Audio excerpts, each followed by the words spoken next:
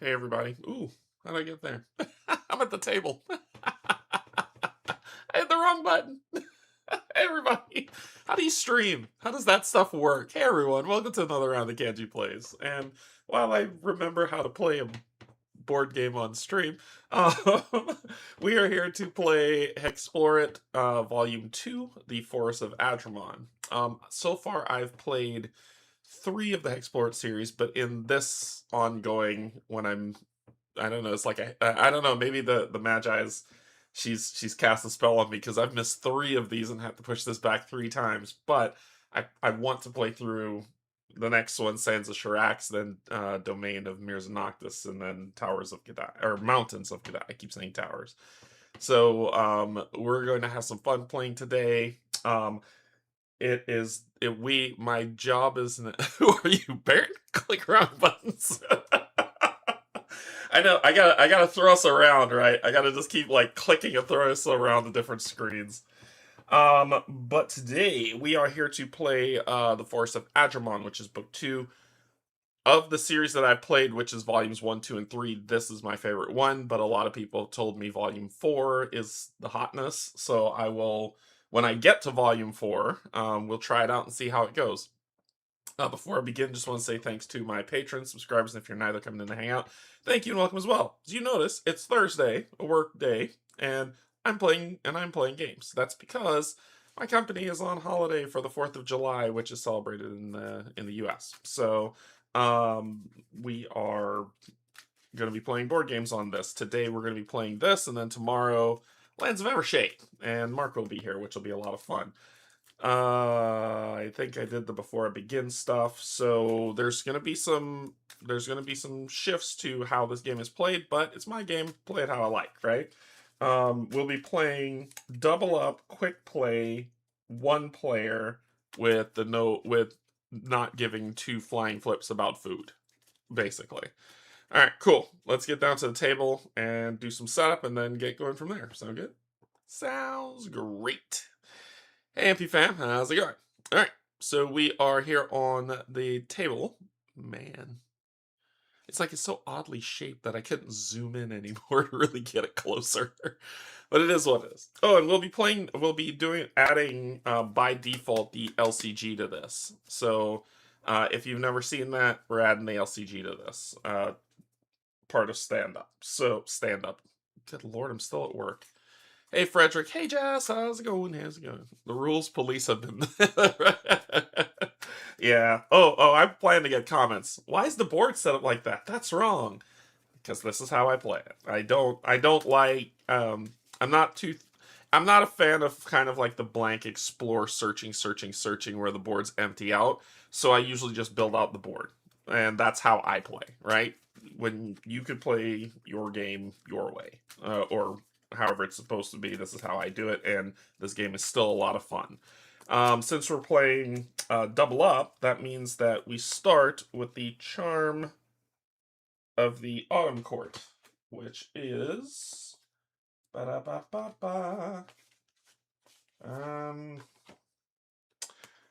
whenever a fragment is drawn, gain 2 of the rewards that the fragment cards offers. Gain all 3 if both court items are owned. Cool. The group may only carry 1 Charm of the Autumn Court. So I get that. So I'm going to check that off on my thingy there. To start that off, then the group begins the game with 3 destinations revealed per relic instead of 2. Cool. So these are the destinations that we'll be pulling, as well as I'll be adding the LCG deck thing to it. So we're revealing 3 instead of 2. Lots of adventuring to be had. Lots of adventuring to be had. So that'll be there. And the fate tracker increases after every 5 game turns instead of after every 6, but we're going to make it every 5. Yogi, I'm gonna dock your pay slip for these indiscretions. Yeah, Frederick, I prefer the map this way to when you're playing solo. Yeah. So I like it. It's a lot of chaos on the board, but it's a pretty map. It's pretty well drawn. All right. So destinations are shuffled. I'm going to throw the destinations. I can put these here. So we are trying to find, basically how this sets up is these locations here, 1, 2, 3, and 4, are where, like, heroes have fallen. The great heroes of the forest. And we need to, the ancient great heroes, and we can reassemble their weapons in those locations once we find the weapons that we're going to reassemble. How we do that is these fragments. Yeah, there is a picture on the backside if you flip it over. But also, there on their website, there's a picture of the full thing, so you don't have to flip it over. But the picture on the back is of the box, which I have over here somewhere. But it is of Adrimon on the box. Yeah, I haven't played it forever either. That's why I was like, I wanted to get it to the table.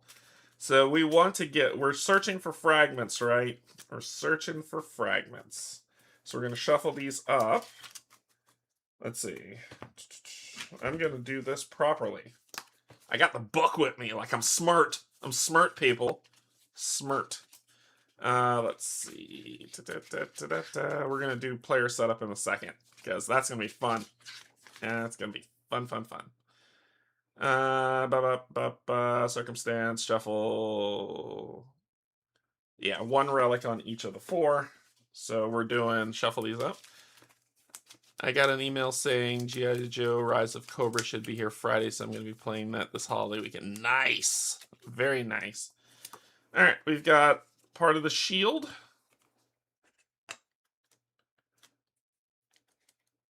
Right? I think it's... Oh, was it 1 relic? Ooh, my brain just broke. My brain just broke. I was like, yeah. And then it's shuffle the relics and place 1 relic card face up in each of the 4 slots. Set aside all other relic cards face down. Oh, yep, it's not a fragment, it's a relic. Relic. So these are the relics. So, and it says relic on the back, you know, if you flip the card over. I've been super busy this week. I'm so looking forward to just playing this and letting my brain rest. Alright. Shuffle. Shuffle. Relic number 1. Arcane Staff. Relic number 2. Hey, the shield. That'll work. Relic number 3. The crown, which is pretty good because that might lead to an interesting fight. And finally, the last relic, number 4, the glaive of the night. These are set, the rest of the relics are set aside. Then we shuffle the fragments.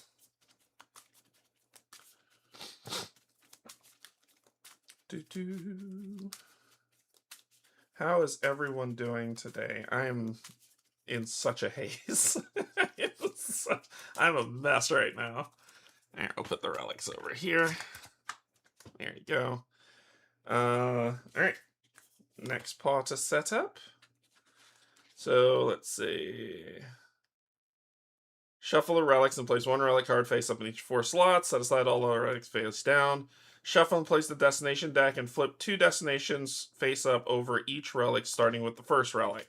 But because, remember, of our rules, we're getting 3 destinations instead of 2. So it's a lot of questing. Side questing. And I think because it was a lot of like this open world side questing that make this game look fun. Make this one of my favorites. There's just tons to do. So the first one we're going to draw is the one from the LCG, which is this first one, right? So that is going to go here. Then we'll do navigate, explore, a bounty. Let's move them up. Move these down. And we've got an incursion, another explore, keeper, Another bounty. Lots of bounties. And then for the third, an explore, another incursion, a navigate, and an explore. So that's what's there. Yikes. Alright, let's keep it trucking. Alright, place a destination token on your game board on any revealed destinations in play. Give each player a green, yellow, blah die, and then roll for start. Okay, so where are our quests? Our quests for that one is on C, which is this one, and it's here. This quest 222 here is on J. Here, it's an incursion, and then H with the water. Looks like a boggy creek right here. Then these ones are on B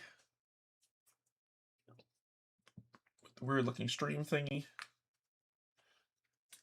J. Ooh, a little cool place up here. We've got another incursion on E. They're very easy to find once you kind of get used to the board. F. With the big old tree. K. See, and if you draw these and you're searching for them, you'll be searching forever. Because you'll say, oh, I don't know where that is yet, so I can't search that thing. Right there. C. C with the weird mushroom looking thingies. We've got A, got a bounty. C, next bounty, which is 3. And A. With the big old tree. All right. Lots of things to do. Lots and lots and lots of things to do. Okay, cool. Then give each player green, yellow, and blue 10-sided die. Roll the 6-sided die to determine the location of the Magi's Acropolis. One of the cities has fallen. Which one is it? City number 1. So the Acropolis is going to go right there on city number 1. So when we go to face her, we know where she is. That's where she is.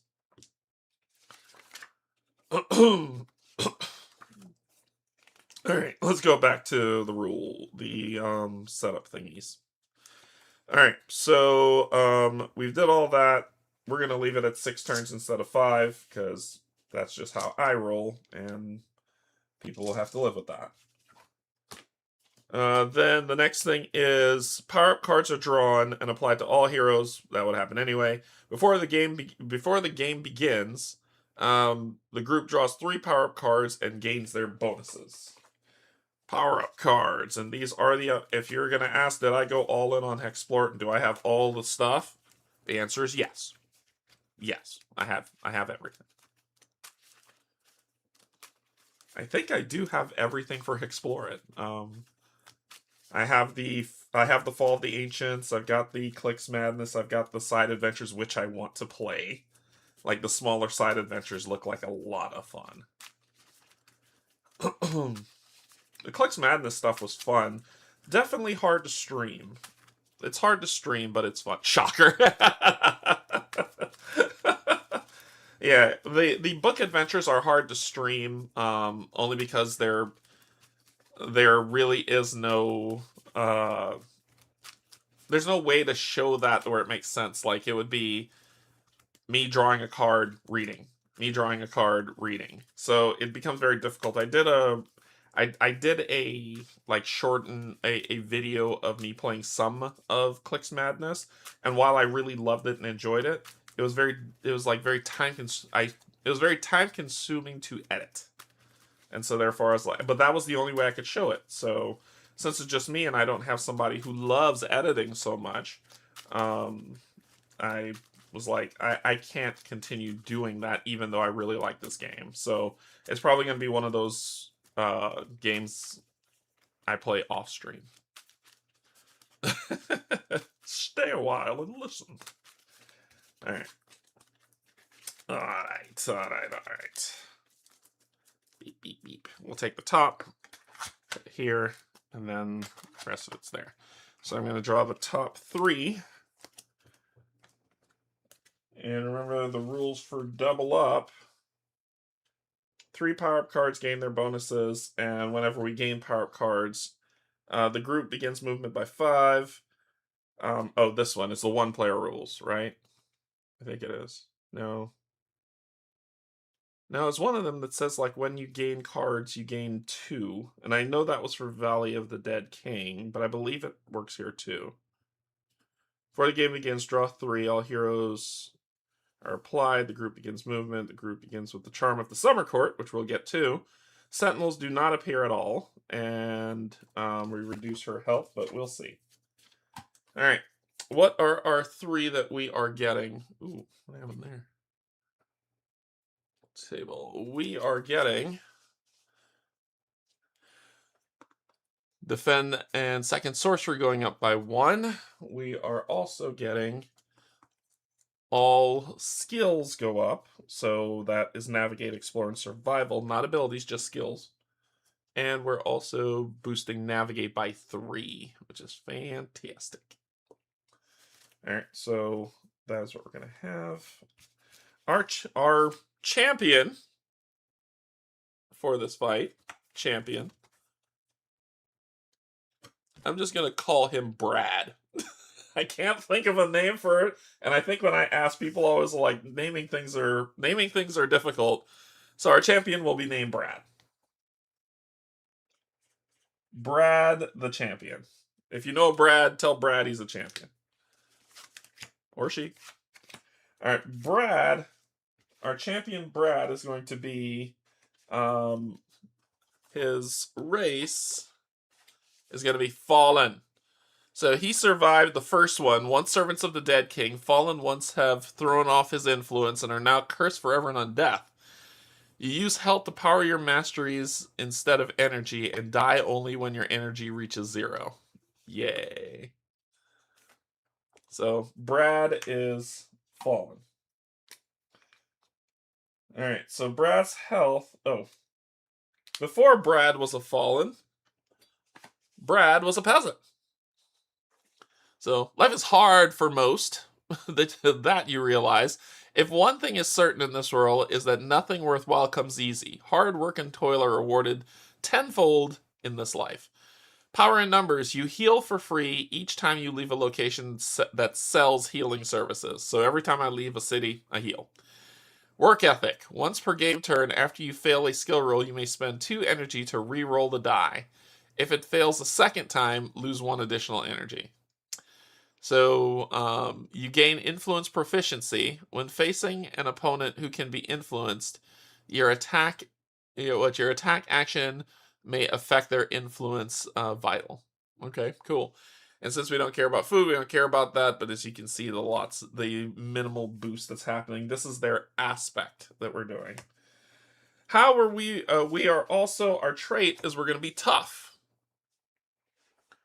So successfully reduce all damage you would receive in a round using a defend action. Limit two of these points, trait points per combat. And you gain block against health damage equal to your tough rank each round of combat. At rank 6, the block also reduces energy damage, and you may choose which type to reduce first.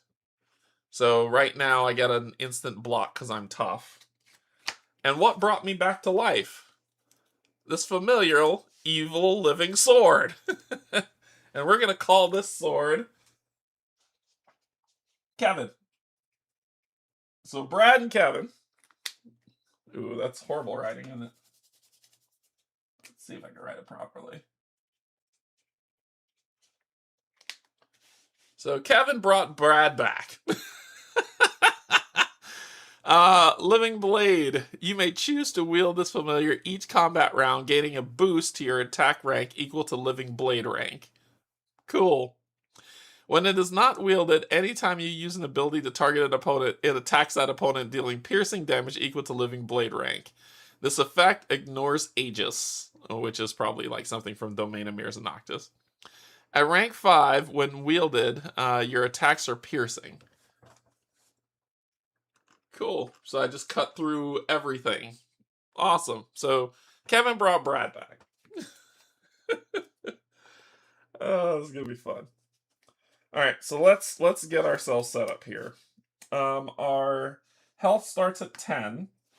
This gives us 11. This subtracts it away. Cool. So, and nothing else is boosting it. So our health starts at, ooh.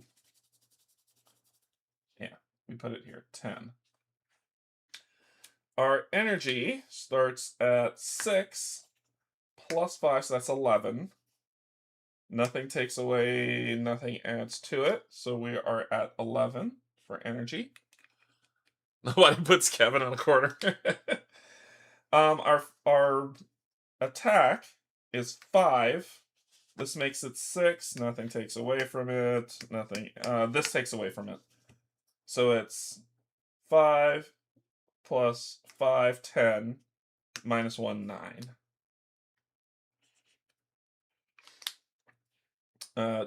Our defend and use item skill is an innate 3.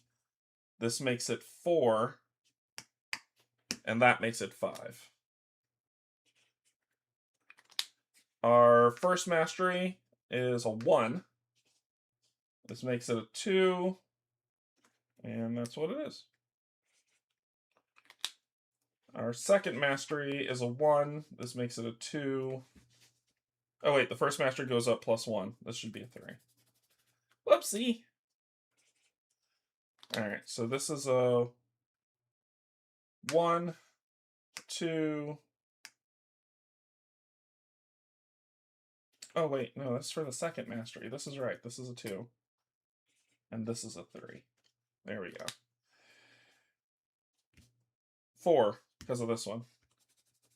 So it's 1, 2, 3, 4.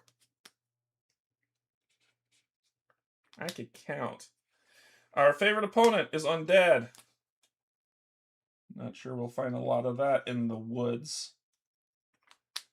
And let's talk about our navigate skill. So our navigate skill is a 1, nothing, minus 1, 0, plus 3, 3, plus 1, 4.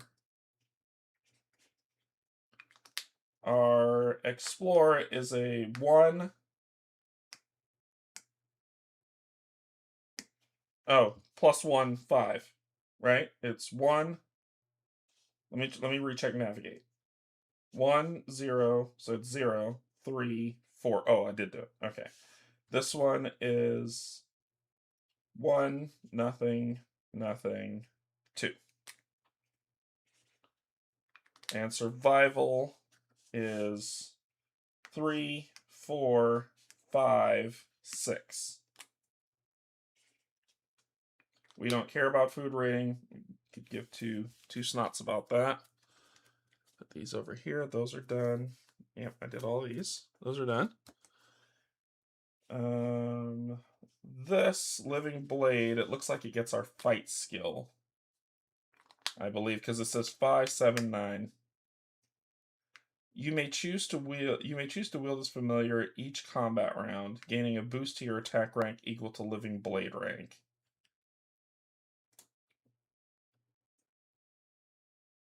Or is it nothing until I get 5, then it's 1? So at most, can it just be 3? I think at most it can be 3. So it's probably like our traits. I probably shouldn't have used this until I played Domain, but whatever. Alright, we've got Fury, which is fighting. Duty, which is blocking. We've got Fervor.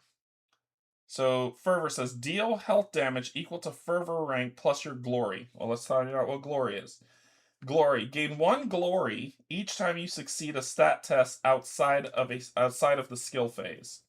You may spend 2 glory as if using an item to heal a target's health by their defend rank. Additionally, you may spend 2 glory instead of energy to power a mastery. Interesting. All right. So fervor, deal health damage equal to fervor rank plus your glory. Then choose one stat group. Roll a stat test and apply each stat in the group. Apply it to each stat in the group. So either abilities or skills. If you choose vitals, a target gains health regen 2 successes for 2 rounds. 2 per success for 3 rounds. If you choose abilities, block half duty rank damage on a target per success. Targets may be targeted more than once. If you choose skills, reduce an opponent's outlast by 1 per success. At rank 10, you may spend 3 glory to roll another stat test of a different stat group this round. Interesting. So right now my glory is 0, so this is just a 2. My fervor damage is 2. And then we have bravery. Block damage equal to bravery rank plus your glory divided as you choose among any target. You may choose one ally targeted by bravery to gain your protection for the remainder of combat. So this will be good to boost tough, because if I block all damage, then I'm just that good. I'm just that good. All right, so this will be, I think it's rounded down, right? Or is it rounded up? I'm so used to different ways doing this. So it'll be like 2. And I don't have any glory stuff. Okay, we start off with no money. I remember that. But we also get some boosts when we come in. When we start up. Because.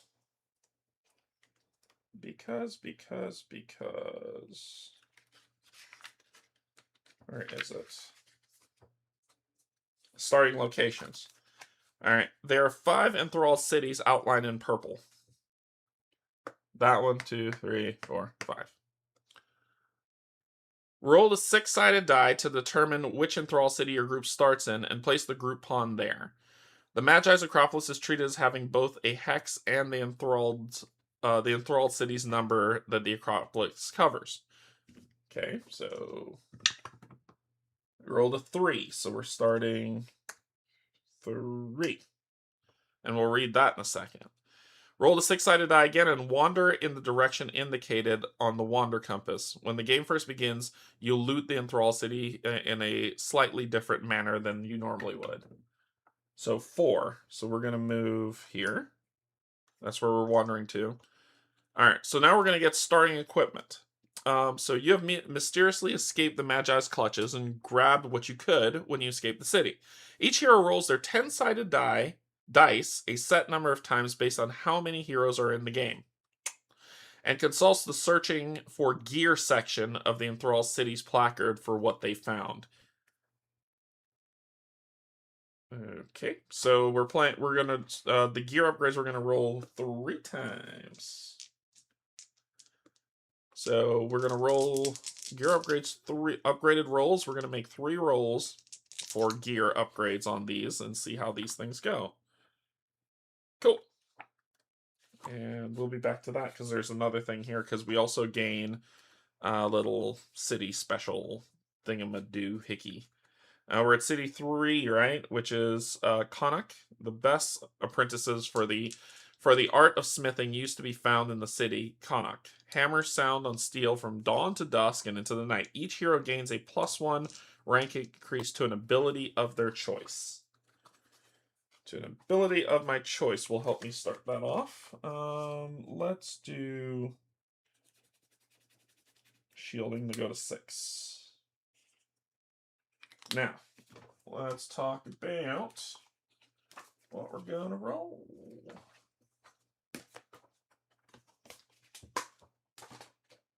Yes, that's how long it takes to start the game. So, searching for gear. So we're rolling on the gear table, and we're going to roll a D10, and it's going to be this, because we're just doing these ones right here, right? If you look for searching for gear, this is items, so if you ever have to search for an item, this is what you get. If you have to search for gear, this is what you get, right? So we're going to roll 3 times on the table, all of our dice 3 times, right?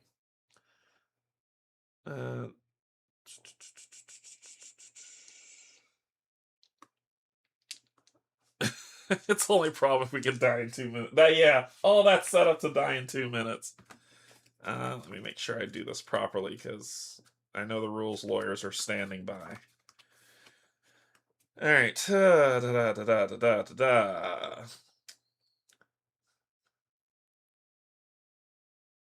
It says, when you escape the city, each hero rolls their 10-sided dice, plural, a set number of times based on how many heroes are in the game, and consults the search for the gear.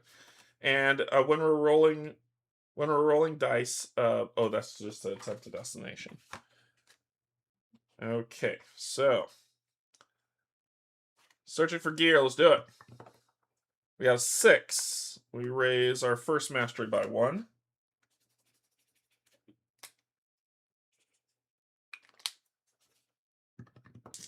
We got a 2. Raise our attack by 1. That's what I'm talking about. Hit things like a truck. And we got an 8. And it's going to raise our second mastery by 1.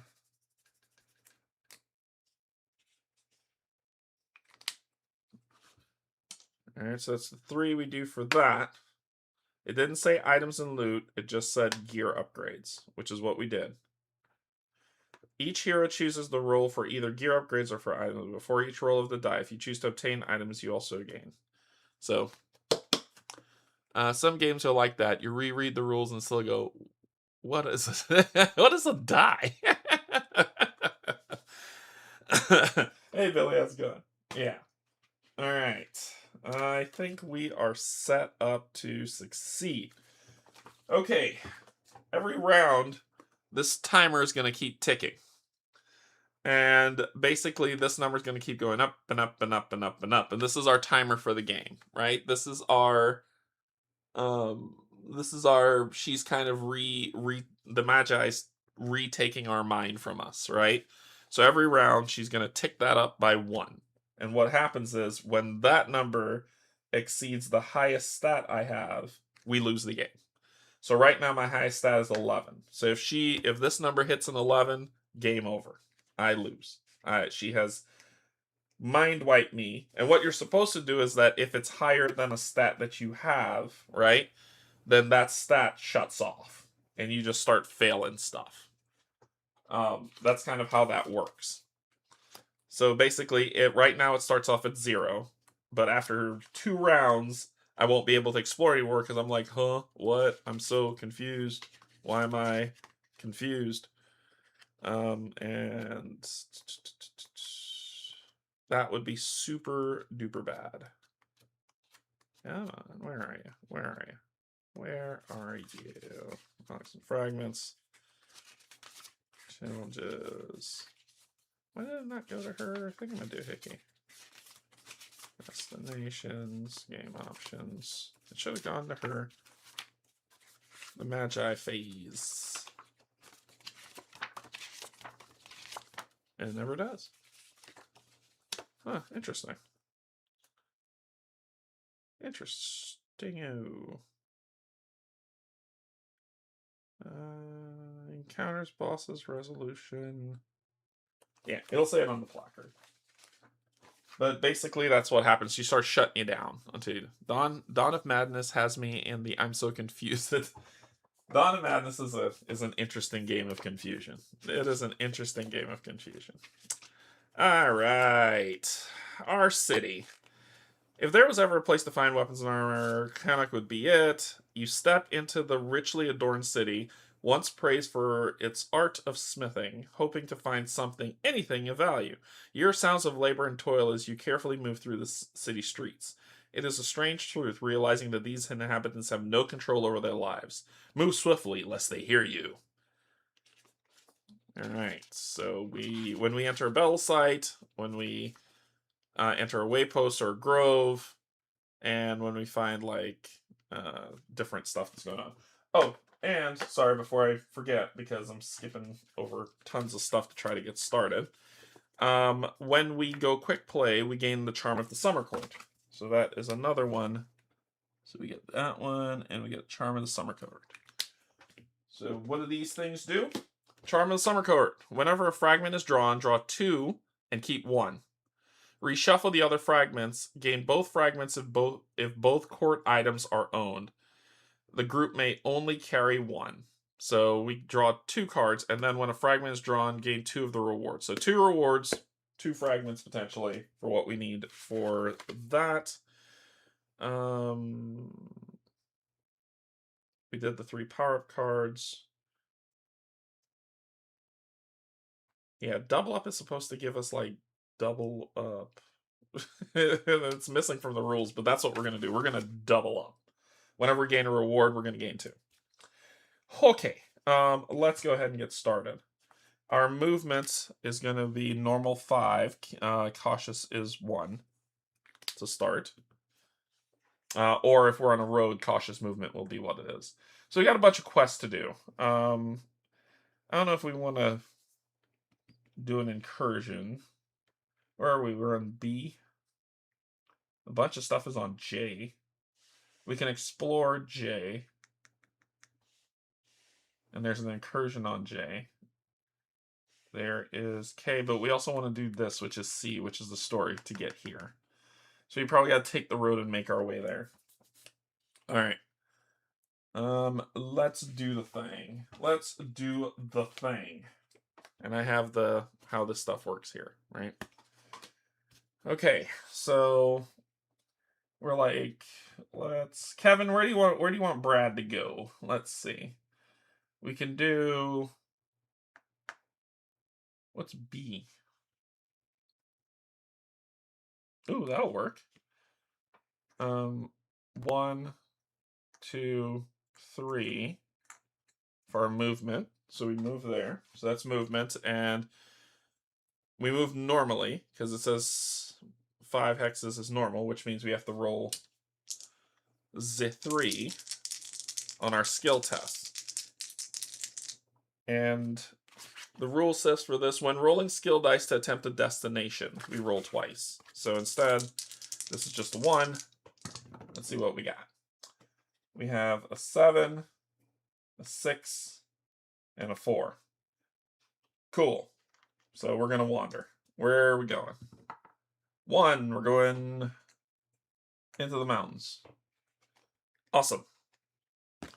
Then we deal with circumstances. So let's grab these circumstances. And we're going to shuffle these up. We're going to put out 3 circumstances and 2 threats. Shuffle these up. Circumstances are going to be great. They're going to be super easy. Barely an inconvenience. So 1, 2, 3. That's not good. And the enemies that we will face.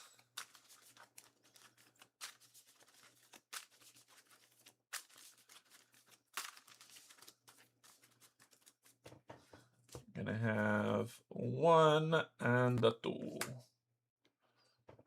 right, here we go. 3. Of course. You know what, game? Whatever. It's an affliction, and we have to draw 1 more card. So, 1 more card. Red clover. Finally, a bit of good luck. Red clovers are symbols of life and prosperity in the forest. Today, while hiking, you found an entire field of them. The rare plant usually has 4 leaves, but while searching, you found one with 5 leaves. Whenever the group encounters an affliction, draw the additional card before resolving it. The group may choose to play only one of the 2 cards. If you do, discard the other. So sadly, this came first before that happened. So the heroes have stumbled into a tall grove of multicolored flowers. It's thematic. Each hero rolls survival. Half the group must succeed or the group falls asleep. If the group falls asleep, roll the 6-sided die and advance the fate timer by the result. Oh God!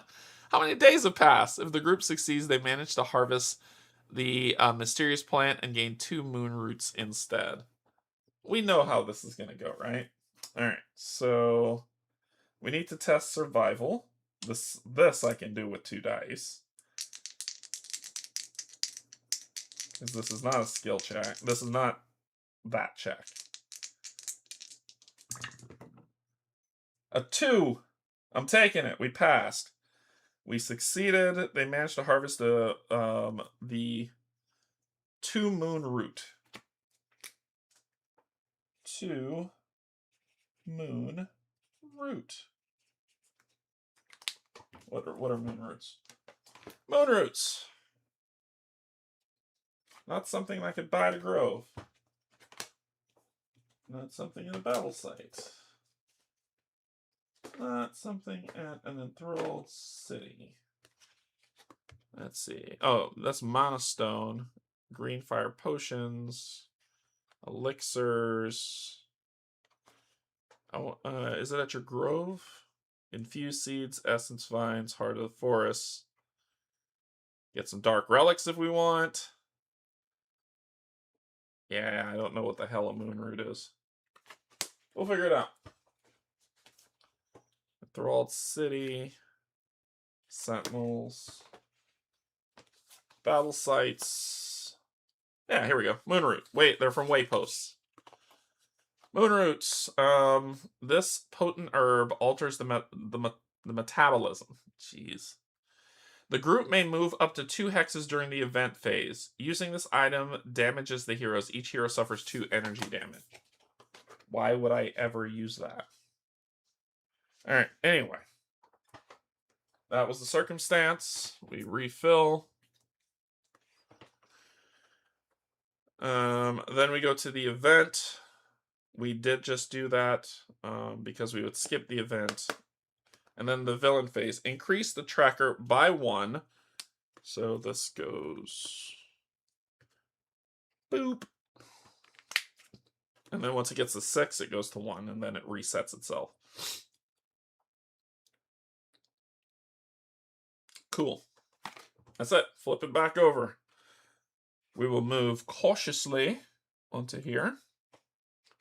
Then our skill check, because we moved cautiously, we only roll these 2. We don't wander.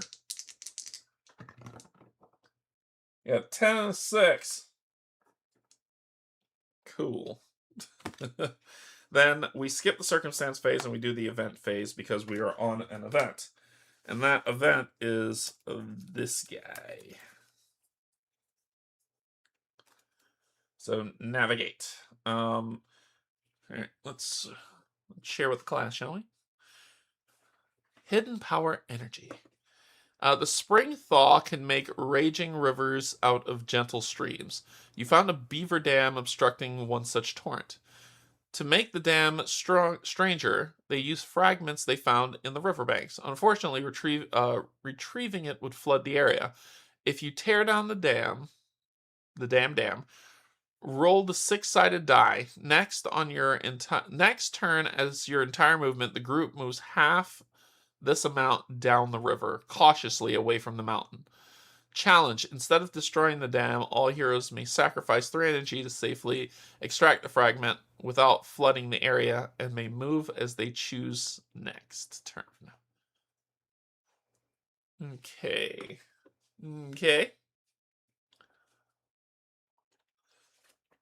So let's see if we could crit success this. We're going to roll navigate. We get to roll 2 dice.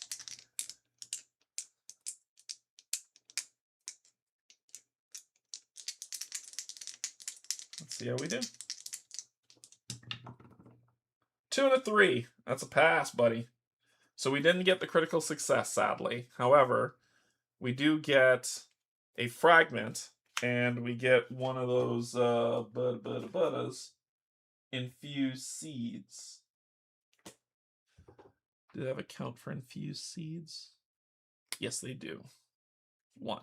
Well, 2. We're supposed to get 2. 2 of everything on double up. So we get 2. And we get 2 fragments. Boop. Boop. And remember, this says when you gain a fragment... I'm just checking the rules to make sure I do this right. Oh, we also get spiritual tether, which I forgot about that. Oh,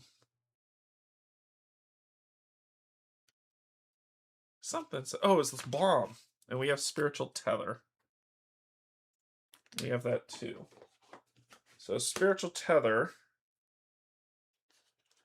The group undergoes a Fey ritual in the Eloin's Grove. The next hero who perishes is revived here. So basically it's a come back to life thing. But where was I? Not spiritual tether, but bomb, the summer court. When a fragment is drawn, gain 2 of the rewards that the fragment card offers. And when a fragment is drawn, draw two and keep 1, which is what that's the double up rule. So our first fragment is the glaive, part of the glaive, and the second is part of the shield. Let me get discard this. And it says when a fragment is drawn, draw 2 and keep 1. Reshuffle the other fragments. Gain both fragments if both court items are owned. The group may only carry 1. So we draw 2, keep 1, and then we get when a fragment is drawn, gain 2 of the rewards the fragment card offers. Gain all 3 if both court items are owned.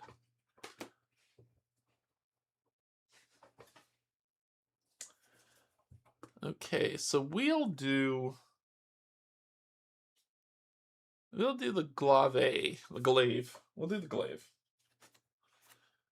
And we'll shuffle that one back in there. And we get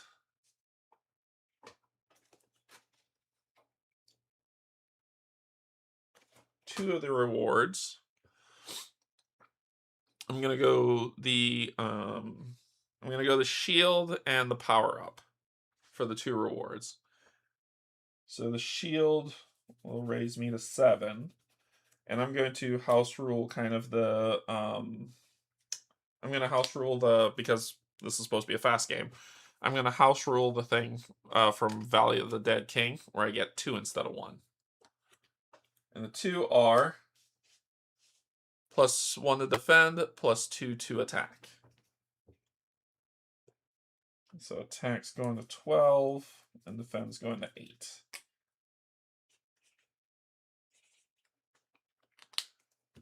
Alright.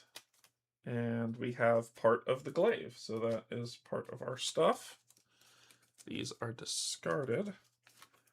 This is completed, so this would also be discarded. And we're moving. Okay, so boop, that's done.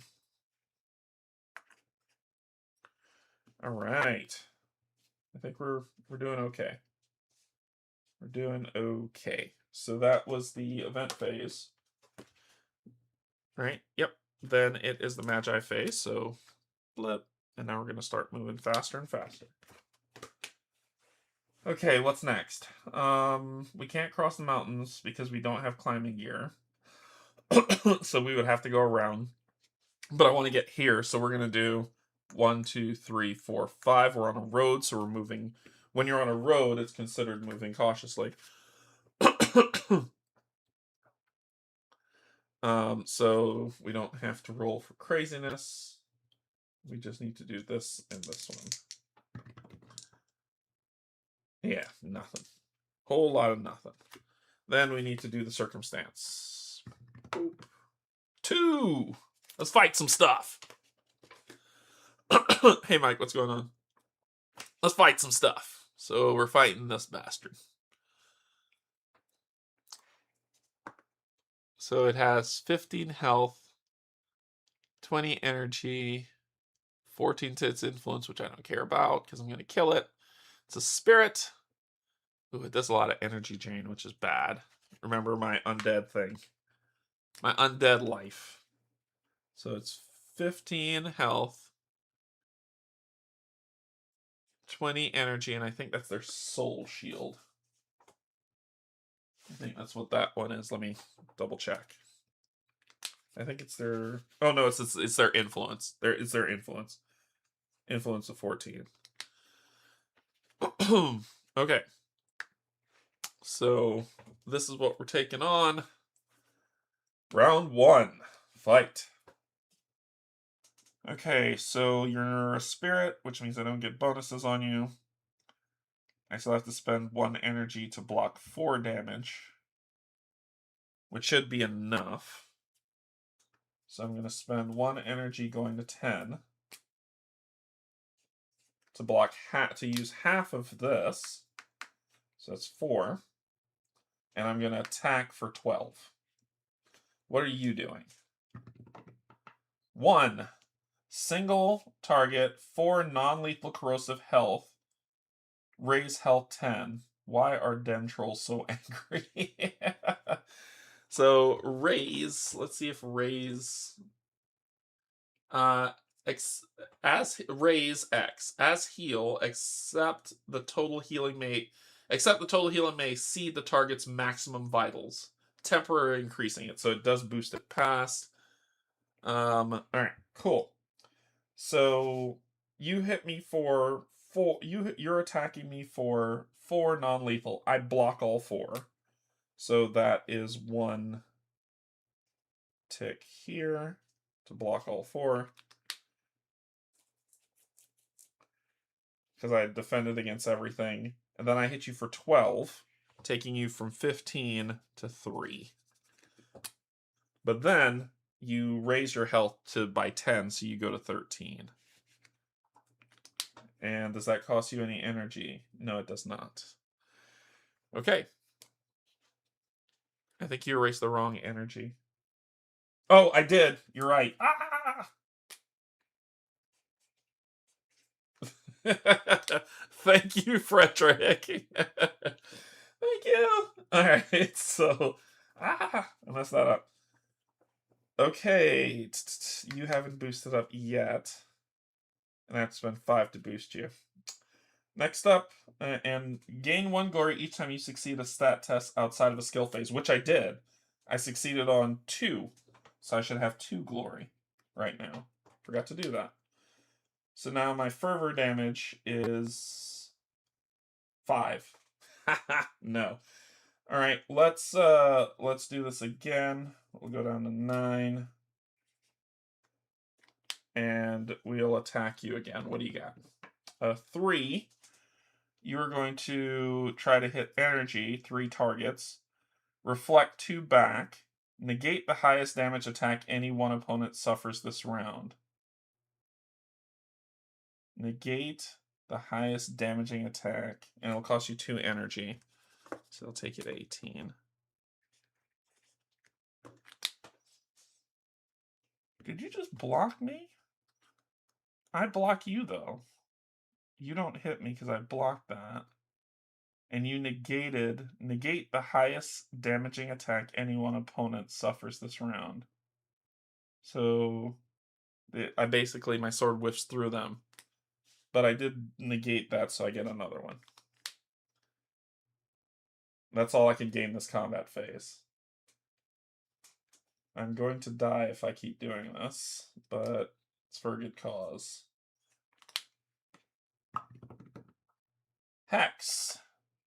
3 energy drain and the survival check. Those who fail are cursed. Raise health by 4. So I'm doing another test on survival checks. I passed with 6, thank God. So I didn't fail, so I'm not cursed. I block it, but I don't get the thing for that. I hit you for 12, taking you down to 1, but you raise your health by 1, so you're at 5. This thing is annoying.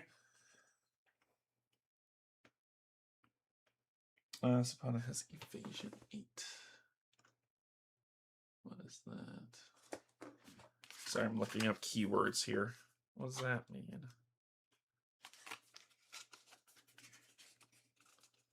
What does that mean? I don't know, because it's not in here or on the rules, so I'm just going to ignore it. I'm just going to ignore it. Okay, let's go down to 7 then.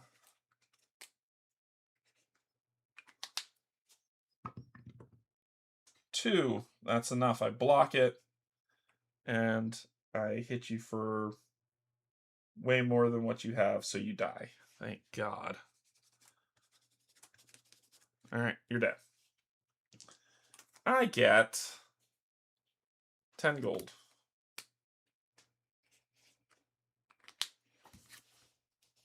You suck. You suck, sir.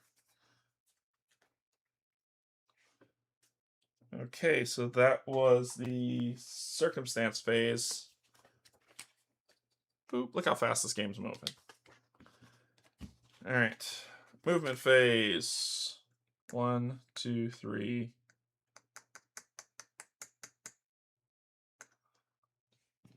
Stop right there. I don't have to roll because I'm on the road. So I'll roll this. 5 and a 7. Not good. Alright, I am in city number 4. City number 4 is... Come on, where are you? Oh, there's even stuff for city number 4, Darkasson. It was widely known that you could find any lore ever written somewhere in the vaulted libraries of Darkasson. Sadly, its scholars and teachers no longer exist, and its universities lie deserted. The forest seemed to have risen around the city, choking back roads and swallowing whole buildings. You push past large roots, making your way into the center of the city. Making your way? Avoiding hordes of mind wiped along the way. Find what you can and learn what you need. It's best to keep your visit here short. So is there a thing for, like, me finding them? Because it looks like there's treasures. Like, you see, like, creatures. So if you run into these creatures... There's a whole story, too. Alright. Alright, what can I do in a city? Enthralled City. Skip the circumstance phase when entering Enthralled City. Enthralled cities are dangerous places filled with valuable equipment. Heroes may search for gear in these locations. Each hero decides whether they'll team up as a group or explore the city alone. Each group rolls their skill dice. Plural.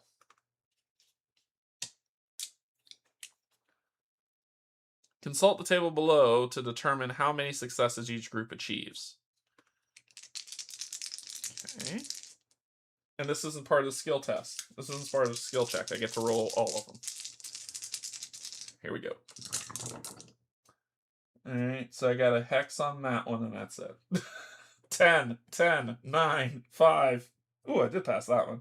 And 7, so I got 2 successes. Which means I'm going to roll the fate, then roll the fate die. And consult the effects table below for the modifier. Okay, so what does it say? Consult the table below to determine how many successes each group achieves. I achieved 2 successes, which means my modifier on this is -1. And... Okay, cool. Then roll the fate die once and consult the effects table below. Modify the result for each group using their modifier they've earned, if any. Apply any damage or conditions to each group separately, and advance the fate timer equal to the worst roll achieved. 2 minus 1, 1. Which would be a hex. Fate tracker does not advance. You've been fortunate and careful. The mind wiped have been busy elsewhere. Okay. Cool. That makes sense. And I get to roll on the search gear 1 time. So searching for gear, we're going to do... Get to roll 2 dice and pick what I want. This isn't a skill check. So I just get to roll 1 dice. We're gonna go for gear upgrade. I rolled a 5. Explore goes up by 1.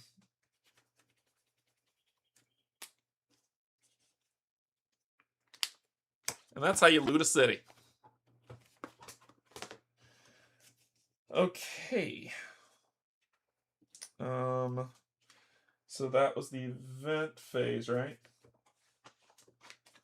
Yep, that was the event phase. We skipped circumstance, and then... Bink!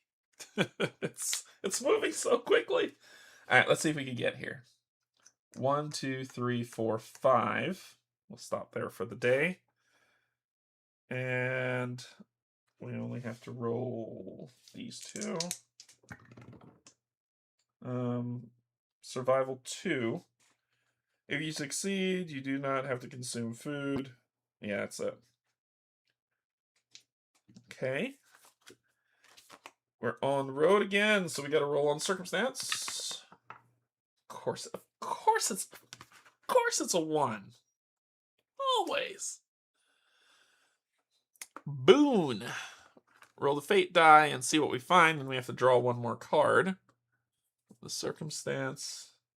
Oh, it's a 1, so we're getting in a fight. No matter what, we're getting in a fight. With a behemoth tick. That sounds fun.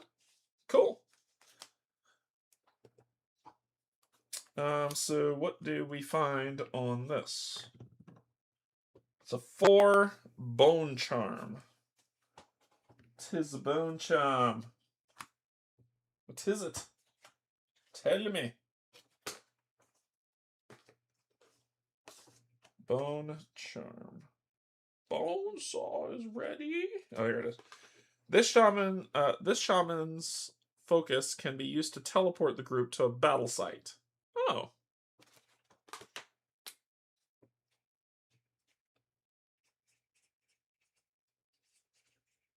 One bone charm. Cool. And we're finding a behemoth tick. The tick. Why not? Alright, you have 12 health and 12 energy. Let's dance the dance of our people. 6. What are you doing? What are you doing? 1. The hero with the lowest health, 3 non-lethal piercing health, and survival check those who fail are diseased. And then you're going to die. So I gotta do survival check. I passed, but he's hitting me for 3 non-lethal piercing, which is going to get through, taking me to 7 health. Because it's piercing. Cool, I didn't block that, but you're dead, and you give me 4 gold, putting me at 14. Ticks, am I right? That seems bad. Alright. Short fight. Then, after the circumstance, boop. Cautiously move right here. That's where I roll these 2. Hex on the gold. Hex on the gold says, if you roll a critical success on your Explorer skill check during the skill phase, your hero gains 2 gold, and you find an excellent place to make camp. Each hero heals 1 lost health, or you find an infused seed. I remember something in the rules saying where I find a place to heal, I heal to full. Where is it? Where are you, damn it? I think it was the during defend. Here begin games effective. Roll skill dice. Power up. Sentinel says group games play. Fate tracker. Might be on one of these things. I saw something that says like when you find a place to heal, you heal the full. Or is that me? I think that's me. I think it might be me. Let's see. You power in numbers. You heal for free each time you leave a location that sells healing services. Damn it. I was wrong. Alright, anyway. We did that. We gain double up, so it'd be 4, so it'd be 18. And that's it. Let's do our story.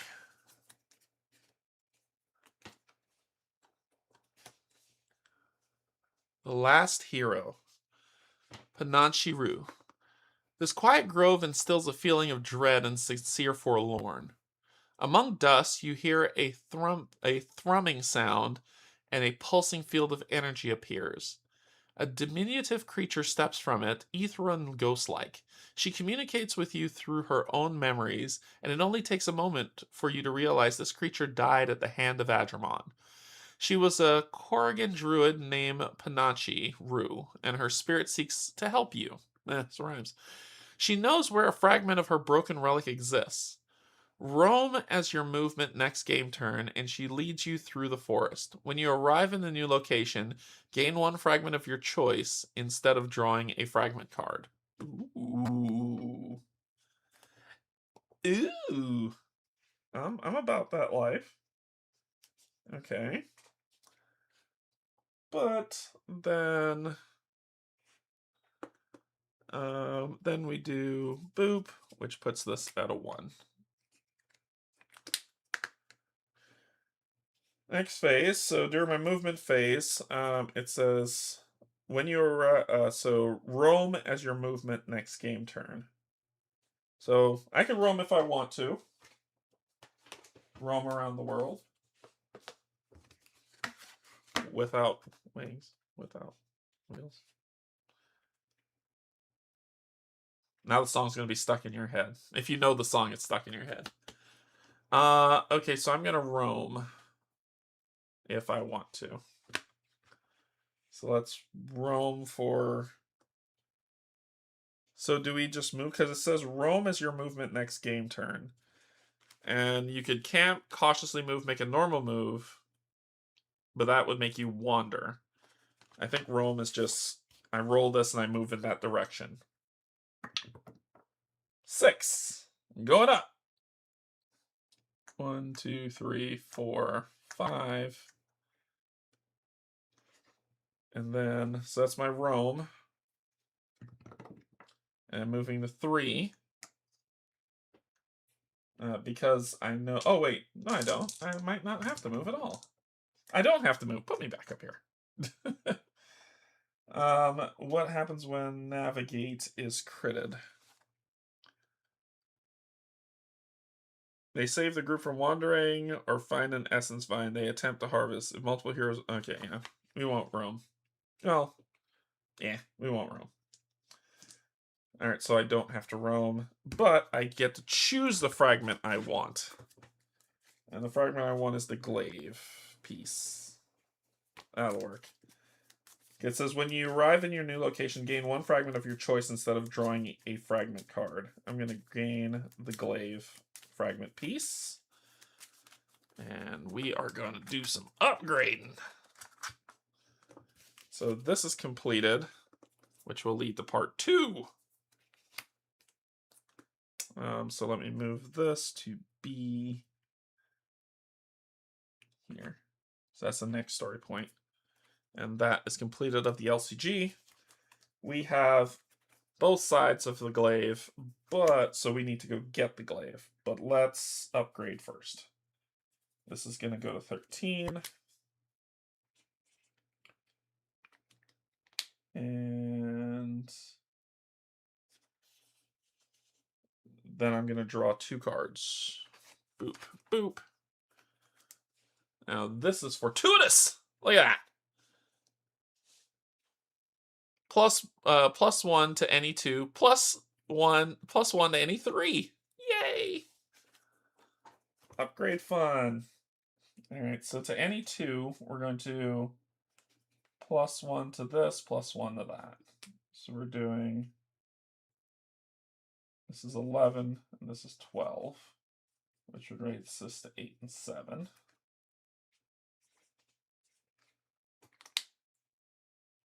And then the pick 3, we're just going to beat things to death. 1, 2, 3.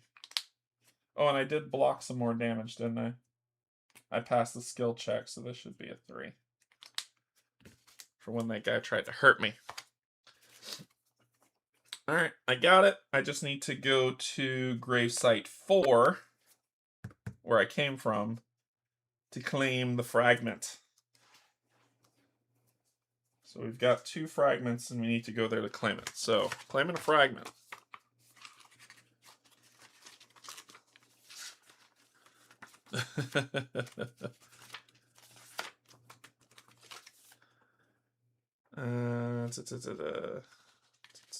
Each fragment also contains a short paragraph detailing the story of what the heroes encounter, which we'll read in a little bit.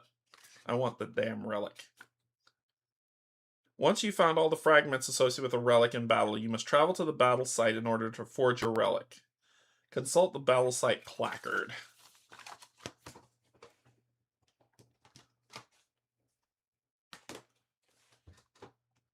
Battle sites are sacred locations where brave heroes once stood against the Magi. Skip the circumstance phase upon entering a battle site. Play 1 normally if you camp here.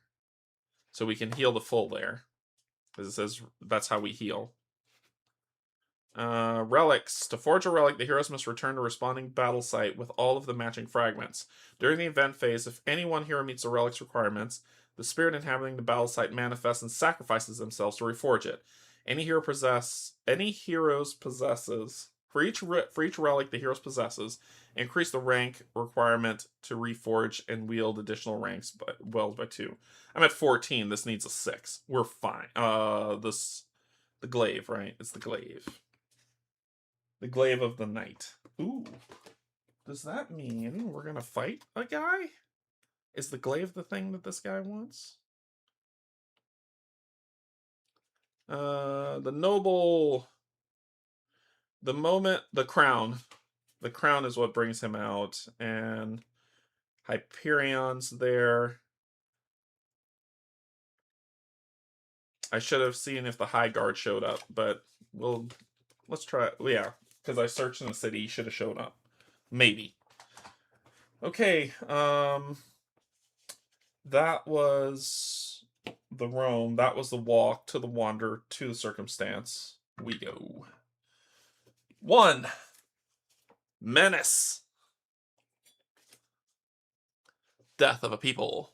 The elves were stalwart, now they're gone. This place will never be the same. Choose 1, increase the game difficulty by 1, then draw another encounter, or resolve the villain phase 3 times instead of once this game turn. 3 times, please. No thank you. No thank you.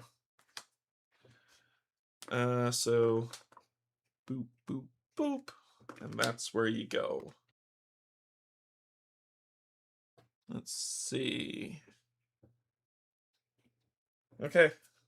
My turn. We got to get back down here. 1, 2, 3, 4, 5. Let's see if we wander. Yes, we don't wander. And I gain 2. And I gain go down to 20. We don't wander. Sweet. Let's reforge some relics. Alright, we're at the battle site.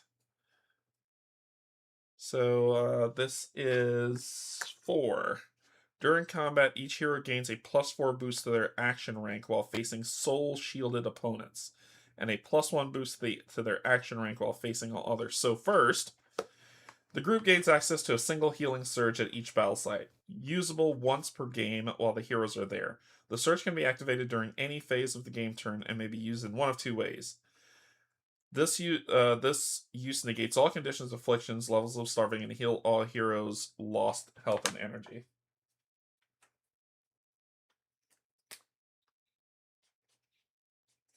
Back up to full. Oh, I actually don't. If we're back up to full, I don't need anything there. And then we're going to forge the glaive. So we need a 6+. We're at 14. We forged the glaive. All right, so let's make this fun. Let's make this a little fun. Glaive piece 1. A scaled warrior clad in armor and wielding a platinum glaive appears before you. He seems both proud and intense. He slices through the air with precise and swift motions, practicing for whatever battles might come. As you grasp the fragment, a vision of a Dragon King knight appears. He is tall, proud, and standing upon a field of battle.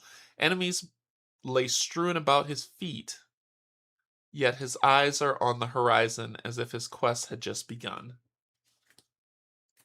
And we got a bada boom. And we meet the survival and the fight requirements to wield this glaive. And let's see if the storybook has anything fun for this, too.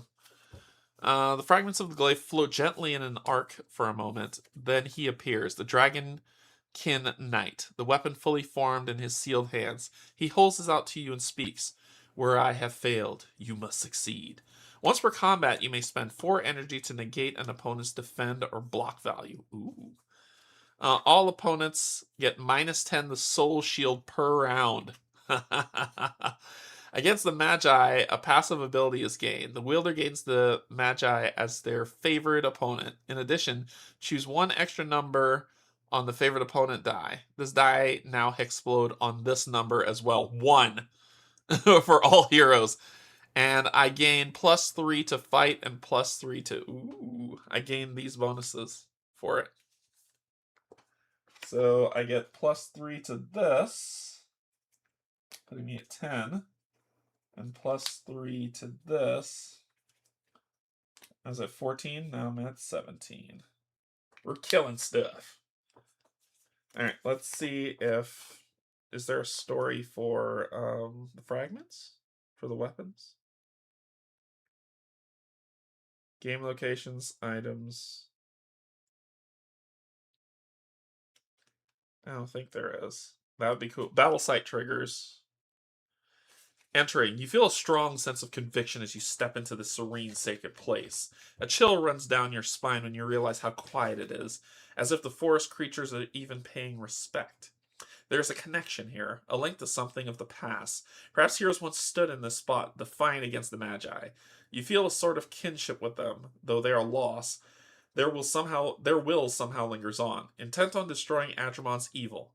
Increasingly enough, you find yourself lost in a kind of flashback. You witness a scene unfold in the glade before you, terrible events that reveal how they faced Adrimon, how they failed, and how their relics were destroyed. Are you prepared to find them and forge them anew? You find yourself asking this very question and note that the spirit of the hero is silently watching you from another place. Crafting a relic. As you approach the haunted site, the fragments you've collected hum and resonate with a sort of energy. The time has come for the splintered pieces of the past to be reforged for a new future. Carefully, you lay the fragment together amid the foliage. The humming crescendos as the pieces glow and gravitate towards one another. The spirit manifests, wholly visible now.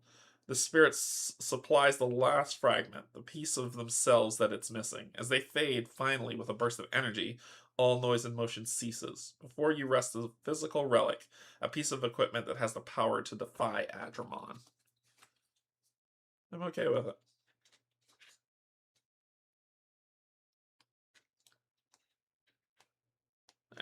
Alright, we're gonna go kill some stuff. Let's do it.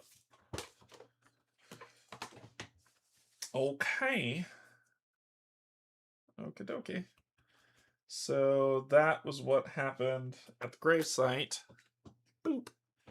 Then we keep going. Alright. Where is the next one on B? It's all the way over there on the road. Oh, we're doing the LCG, right? It's kind of what we're Brad will be put in this graves yet. There's something right next to me, which is C. This guy.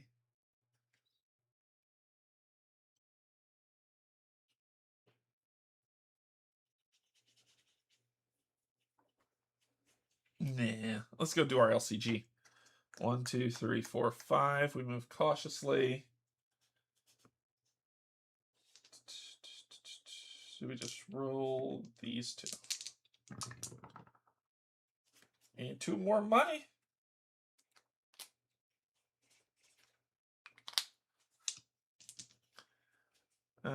Circumstance time. Hex. Hex is this.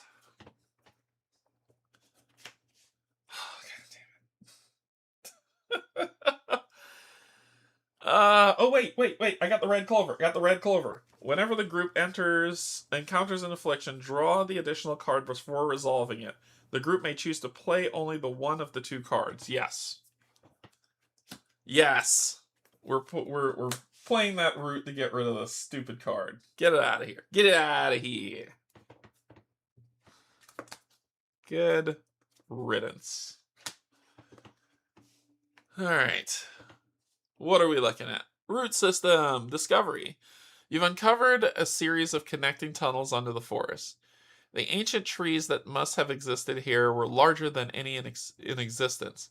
Place one root system token on your location, then roll the six-sided die and add 2 to the result to determine how far the root system leads. Place 3 root system tokens at any 3 revealed hexes within this distance. For the rest of the game, you may move from one root system token to another.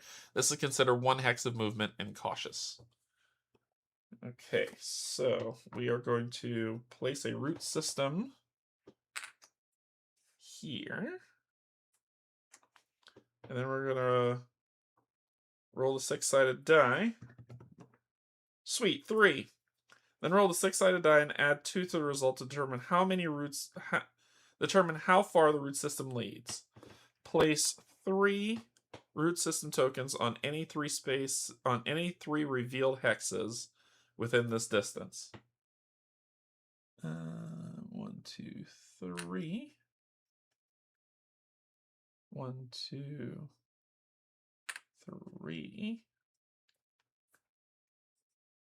And 2, 3. And that's a cautious movement to do that going forward, so we'll lay that down here. Okay. Are you boss number? You're boss number 3. All right, we're gonna fight bosses after we deal with this LCG. So that is our circumstance. Boop. I am root. Fast travel. All right, let's party. There's potential we could face a guy right now too, which sounds a lot of fun. If we go loot a city, we've already looted that one. Let's head towards. We're gonna take the road. You'll arrive along the old road, and we'll go for the guy, but we'll do the LCG in its place. 2, 3, 4, 5. 1, 2, 3. 4. Let's do it. The greed is too strong in me. Let's do it. Oh, I could just fast travel. So that's 1, 2. Well, it's the same thing. I still would have to step. And I don't wander. And we're okay. All right. Let's fight a guy. That sounds fun. Number 2. Hey, number 2. Let's do this. Number 2. Number 2.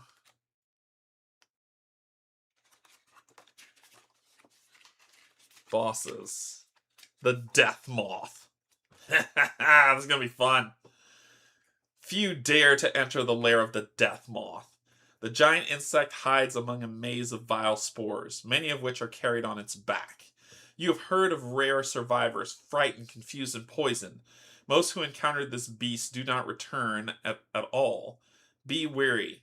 The very air is your enemy here. The old woman's warnings hangs in your mind as you approach the fungus-filled home of the Death Moth. Take care, this beast will turn the very air against you. You repeat her words to yourself while shielding your face with your cloak. The horror of your predicament emerges as you see a giant winged insect feeding off one of the mind wipes. Before you can react, the creature notices you and turns its endless hunger in your direction. As the moth's wings begin to beat, the air swirls with an array of pollen and spores. With weapons drawn, you steel yourself for the battle to come. Death Moth! So there he is. Yeah, we're not convincing this guy. We're just going straight up kill. Straight up kill. Alright, I'll put this here. You have 30 health and 26 energy. And I want to destroy you. Alright. So let's do some destroying. We're going to spend 1 energy. We're going to take some damage, but by Jove, so are you. You are not undead, you are of magical nature. And you will do... Uh-oh. Digestive fluids. Dual target health. Consult the back of the battle mat. Each target rolls the fate die and gains a random condition. Additionally, at the end of the round, each target suffers 3 health damage for each condition they suffer from. Well, this is no bueno. Let's see what we get. 6.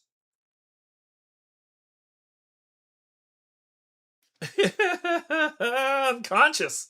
Unconscious targets cannot act. At the end of each round, that target rolls a 6-sided die. If the result is a hex, they awaken. Each round, the chance to awake increases by 1.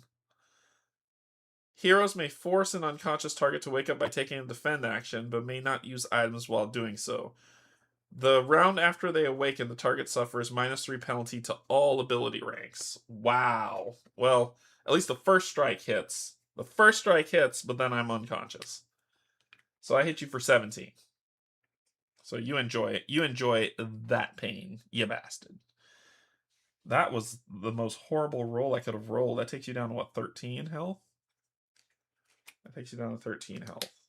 And then I'm unconscious. So it says at the end of each roll, at the end... Oop, wrong one. That's the worst one to roll. At the end of each round, the target rolls a 6-sided die. Yeah, not a good solo condition. I'm going to say that I'm going to just have to defend to get rid of it.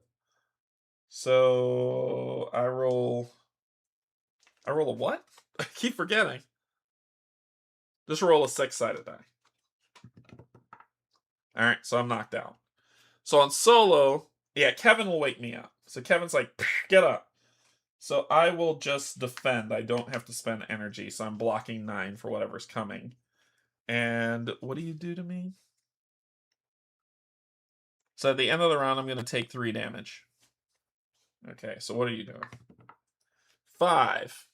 Group energy. Each target suffers 2 piercing energy damage. In addition, consult the back of the battle mat. Roll on the fate die.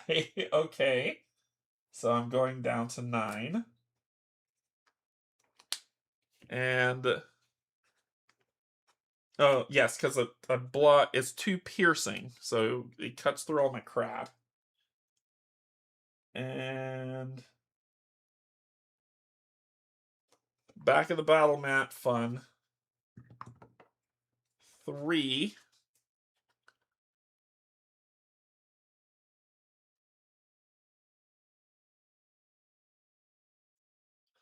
Sapping away my energy. So I'm going to lose 3 at the declaration phase. So I'm awake. He hits me, and I lose 3, going to 6.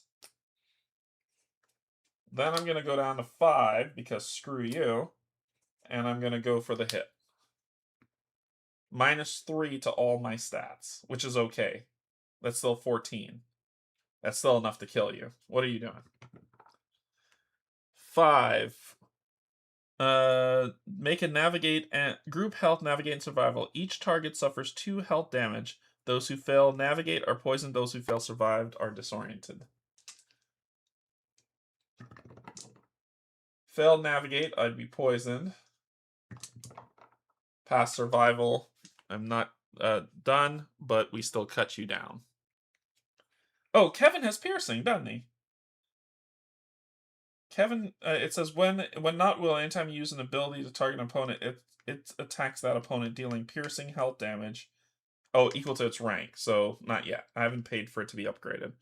But I hit you for -3 of that skill 17, which would be 14, which is enough to take you out. And then all my conditions end. Thank God. He's a condition killer. Conditioned killer. Oh, and I would have suffered 3 damage. Sorry. Because I was unconscious at the round for suffering that effect. He almost killed me. With a horrid buzz, the wings of the death moth beat for the last time and then fall silent. Your lungs hurt, your vision is blurry, a hint of confusion even rests in your mind, but you have won. This terrifying creature will not lure anyone mind wiped or not, into its nest of death again. Still, poison and other ills hang in the air. With haste, you navigate the fungus-filled lair, hoping to find a fragment before simply breathing destroys you. Kevin can wake me up. All right, so what do we get for you? We get 2 of these.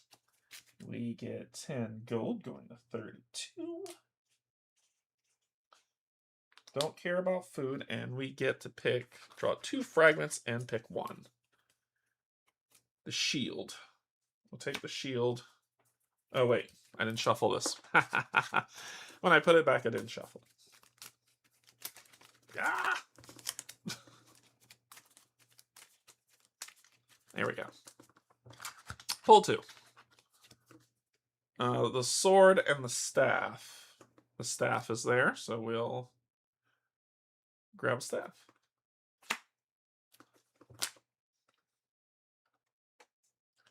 We also get each rewarded to a different hero. We get +2 to energy. 14. Which this will take us to 7. And 2 more moon root. Going to 4 moon root. Goodbye, Death Moth. And what are our upgrades, you ask? Trait gets +1, and survival gets +3. So survival, we're pretty good on. Survival is 13, and our trait gets +1, which is to navigate, which pushes us up to 5. All right. We can do forever fragments if you want. We'll do forever fragments. Okay. Then we're at 2.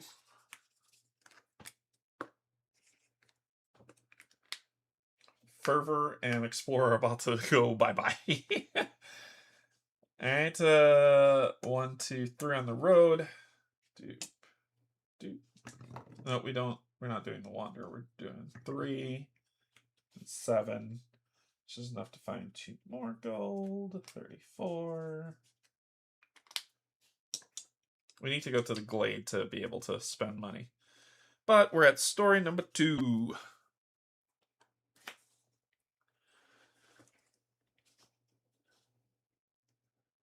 Rue's spirit is an active one. Since she's appeared, you've been bombarded with visions of her past memories.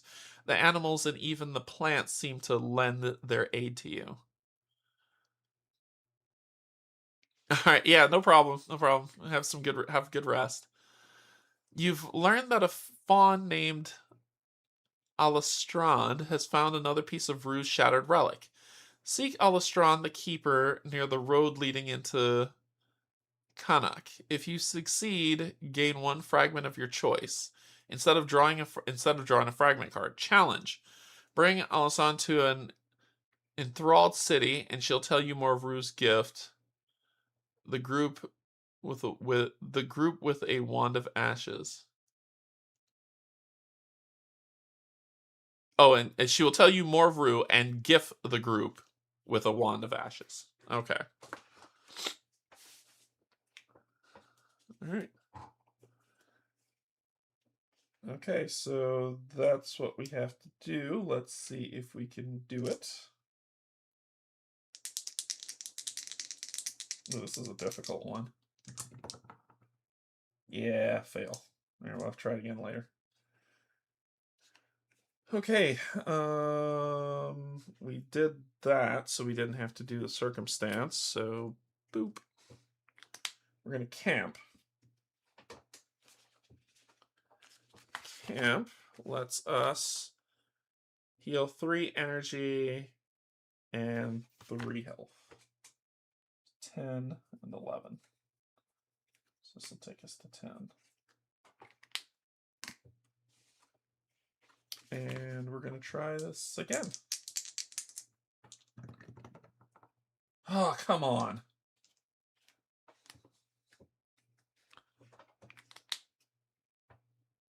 All right. We're going to... This is how we lose this game.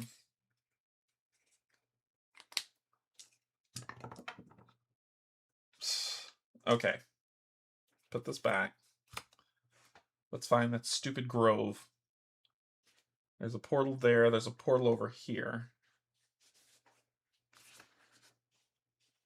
So, this will dot us, and then we're going to move.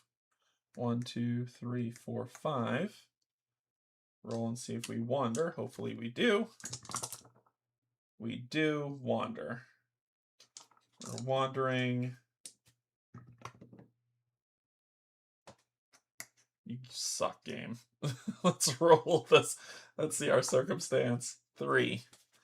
The Lonely Shaman. An old Kurgan shaman has crossed your path. He is proud to know there are still heroes willing to face the Magi, but is concerned you won't have the power capable of stopping her. He offers to trade with you. You may purchase items that are normally available in wayposts, or items that are worth 4 essence vines or less available in Elwyn's Grove. The Lonely Shaman stays with you until you move into a battle site, waypost or the Grove. Cool, let's do it. So let's find the waypost thingamadoohickey. Now we could spend some money. We could buy a dragonfly glider if the heroes start their turn on a great tree or mountain peak. Hex, during the movement phase, they may move up to 10 spaces across the map. This is considered to be normal movement. Gain 2 additional movement speed if the heroes also use harvesting equipment last game turn. Here, harvesting equipment. Heroes reduce the fate die result by 1 when harvesting. We could do elven riding saddles, increase our movement by 1 to 6. Or workshop supplies. This item must be acquired 3 times for 3 different sources. Once you've obtained all 3, unlock Ashul's workshop, a new waypost. A new waypost that allows heroes to purchase gear upgrades using gold there. Alright, so we got money to burn. Let's burn some money. First, we're going to buy the Dragonfly Glider for 5, taking us to 29.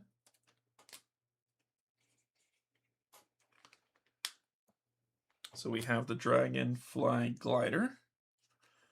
Then we're going to buy the riding saddles for 4, taking us to 25.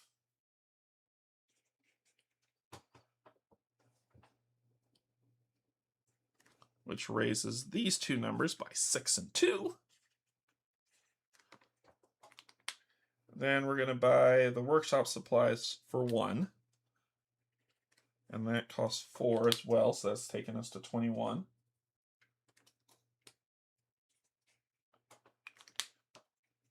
The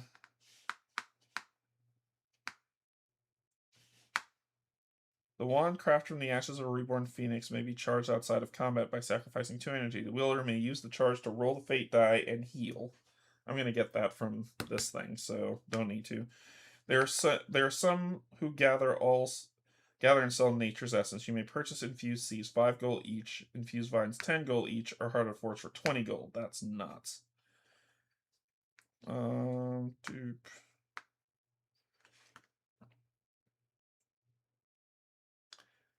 The Constitution booster. Raise 6 health. This bonus lasts until the end of the game turn or until the extra health is lost. Might be fun. Cloak of the Wayfarer heals 1 health and 1 energy before the movement phase of each game turn. This item only affects 1 hero. I'm about that. Spend 4. Was that 7? 20, that'd be 17. Yep. Cloak, Wayfarer's Cloak. It says, and that's permanent. Every time I move, I heal 1 energy and 1 health. Wayfarer's Cloak. Okay, well.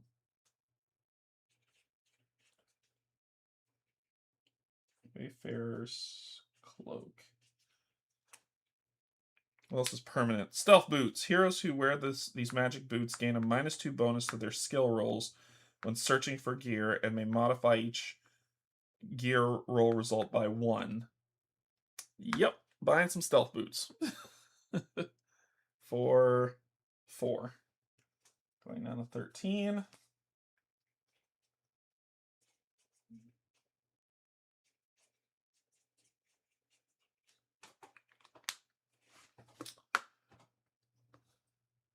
Nope. All right, so let's buy some remedy tonics. They're 1 gold each. We're gonna buy 5 of those. Our tonic. 1, 2, 3, 4, 5. That'll put us at 8. And I think we're good. Yeah, I think we're good. Cool. Bought a bunch of stuff. We feel better. All right. So that was the circumstance. Bink. All right, movement phase. Heal. Back to full health and energy. And we are going to... The Grove isn't that makes me think the Grove isn't going to allow me to do gear upgrades. It's not. Son of a biscuit. Okay. Let's go see if we can get into a fight. And we get to move 6 this time. This sucks. And it's going to shut off soon, which pisses me off because it means I won't be able to do this quest. I could do an incursion.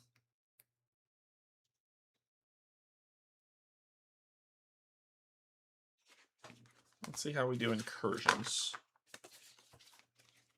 Incursion. I think incursions because it says locate the hex tile that contains this incursion. Locate the lowest level humanoid encounter you've already faced in a waypost and place it on top of this card. A horde of mind wiped are invading. Be careful, they are dangerous. If you defeat them, you'll save that. If the fate cycle increases twice while this destination is in play, the waypost becomes an enthralled city. Discard the incursion and place an enthralled city token here. Oh, yikes. So this failed. This failed hard. And that became an enthralled city. That's E. I did not get there in time.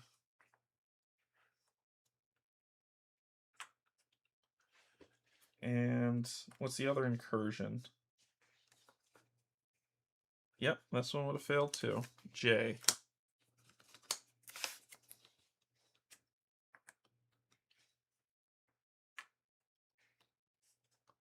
Oh, that's no fun. So no incursions for me.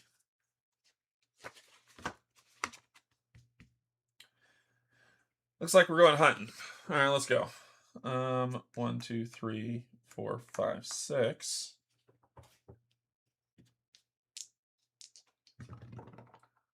We don't wander.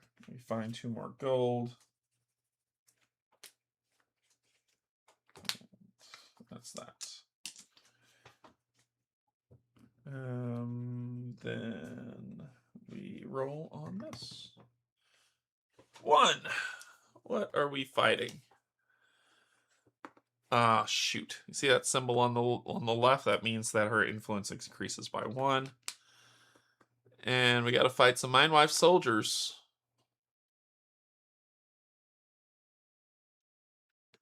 Okay. Oop. All right, let's dance. 13. You are humanoid. 3.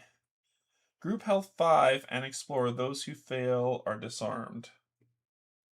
Explore. Pass. So, group health 5, half of that rounded down, so unfortunately I didn't block all of it. But I do hit you for 17 and you're dead. Yeah, that's a thing. Yeah, I don't care about your soul links. Soul link.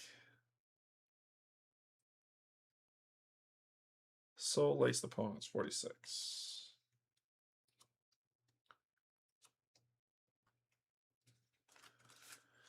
Soul shielded opponents have a different health icon. Opponents who are soul shielded must have their soul shield reduced to 0 before they can suffer health and energy damage or be influenced. Okay, so I knocked your soul shield out in one go and you're still alive. Gotcha. Okay, so I gotta destroy the soul shield before I kill them. Cool.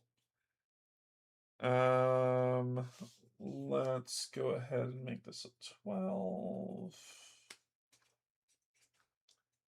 And let's dance. 2. 4 health, 3 piercing. So I'm gonna go down to 7. But now you're dead. And I would gain 8 gold.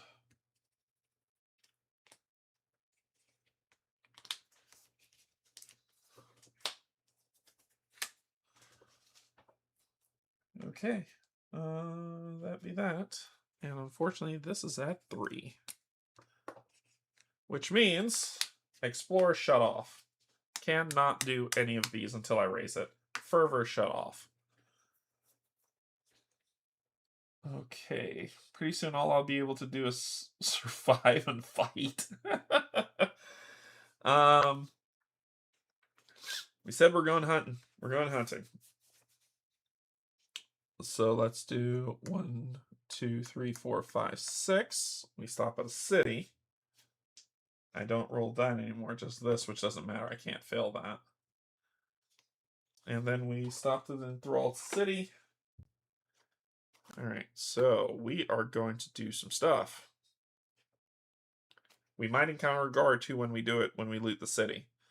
So first, we're going to roll these 3 checks. You auto-fail the ones that you can't. 1 success. Oh, I get 2 dice. Sorry, forgot. 2 successes. Great. Okay. Then we are going to roll on this. 3 minus 1, 2. We've been lucky. The group has avoided confrontation. Discard the first event or treasure card located in the circumstance. And the tracker goes up by 1.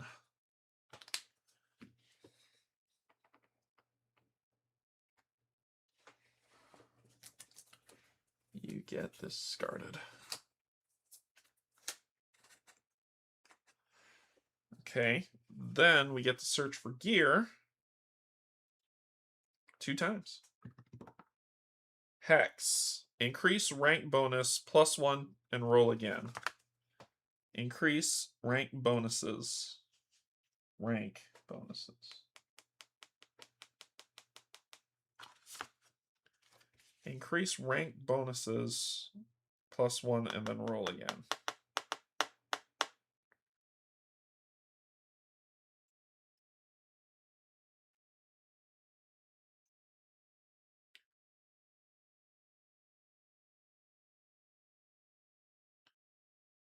Rank. I'm assuming to one thing of your choice, which will be this. So this will go to 4 and then die again later. And then it says enroll again. 3. Navigate. Goes up to 6. So that's my first roll. Second roll. 8.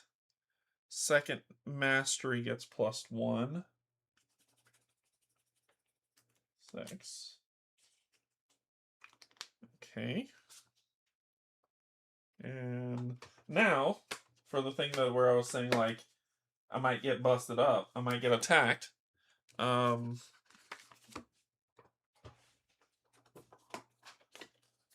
Special encounter. Potentially. The High Guard Captain. Once a member of the Elven High Guard, the captain now roams the vacant streets searching for Adrimon's foes. Roll the fate die. After the group searches for gear while in the Enthrall City. If the result is a hex, he appears. It's a 4. Each time the group searches for gear, increase the result needed by 2. So now if I roll a 3 or higher, he's going to appear and fight us. Boop. Alright. We're on the hunt. 1, 2, 3. Contract. Let me roll this.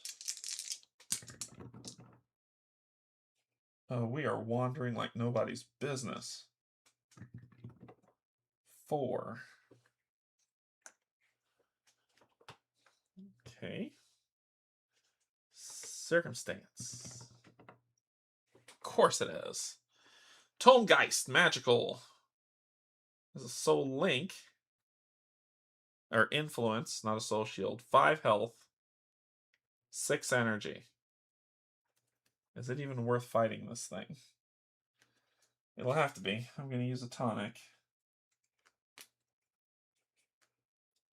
Increase this back to full. And then I'm going to spend 1 here. And swing away. 2. Yep. So I blocked 1. Boop.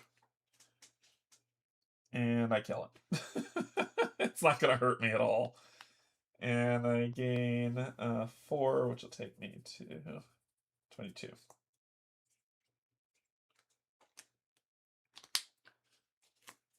And you're done. Okay. Move cautiously. Let's do the thing. These 2. I gain 2 gold, going to 24. I could still buy stuff from the Lonely. Oh no, I went to a city. He would have left.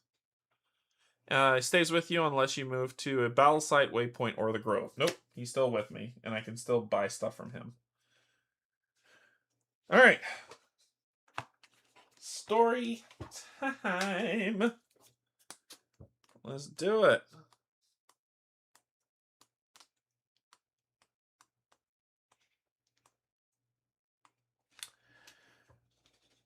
Marakak, the Mad King. No one is truly sure how Marakek lost his sanity. This once great troll king sits in an empty hall surrounded by madness and servants that only appear in his mind. He rants and raves, still believing that his kingdom is alive and powerful. Lucky for him, his insanity is something that even Adrimon cannot overcome and control. The sound of laughter rings through the halls as you approach Marakek's throne. There, on a stone chair holding a skull, sits the Troll King. He sees you and calls guards to his defense. There is silence for a moment and nothing happens. Then your shock, he points forward. Then to your shock, he points forward and tells the heir to attack. As you stand there for a moment confused, Marakek jumps down from the throne and bellows, "You have broken into my castle and bested my guards, but you will not defeat me." He quickly looks around the room and motions as if telling someone that isn't there to stay away. "No, these ones are mine. I will destroy them." Without warning, Marakek charges you and draws weapons. Surely he is insane. He is insane, and don't call me Shirley. Marakek. Marakek the Mad. With 20 health. Alright. Time to play the bongos. So he has 20 health, 18 energy.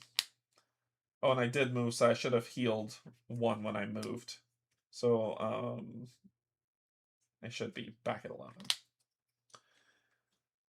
Let's dance, buddy, because all I'm doing is just cleaving. That's all I'm doing. Nothing else matters. 2. Defend 5, regen 3, health through the end of combat. Each time this is rolled, add 1 to the regen amount. So there's something I have that can shut down block. Once per combat, you may spend 4 energy to negate opponent defend or block. Yeah. Yeah, we're gonna do that. And you're gonna take the full brunt of 17, taking you down to 3 health. Then you regen 3, which will put you back to 6. And we're going to go to 8, spending 1 of those. Well, we go to 8. I can't use an item unless I defend. Hex. I am king! Unyielding triple target non-lethal health and energy. Each target suffers 3 health and 3 energy damage. I'll block the energy damage with my 4. 3 health minus 1, which would break it to 2. So I'll be at 9 health. And now he's yelling at us again. What a gem, this one. And I cut him down. Goodbye. This is why double up and speed play goes quickly. It's supposed to. Help me, worthless ingrates, Markrek screams to phantoms only he can see and then falls to the ground. There is an intense look of fear in his eyes as he calls out to servants that are not there. A strange feeling of sadness fills you for this troubled creature, and with a quick motion you end the Troll King's madness. The battle, if you can call it that, is victorious. Not wishing to stay here longer, you quickly look through the dusty-filled halls, the cobweb doors, and the passages that no one but Markrek has trod in many a year. You soon find what you're looking for, a highly desired relic fragment. With haste, you leave hoping that the Troll King's insanity is not catching. We get +1 to defend. So this goes to 10. We're going to get shuffled fragment. Either the staff or the cane. And we're going for the staff. And I don't think I upgraded from the last staff I got. I don't think I did. So it actually should have gone up 2 more. This shouldn't be shut off. This should be at 5 now. Because I don't think I upgraded that. And this should be at 7 now. And health should be, energy should be +2. 16. I should put this at 10.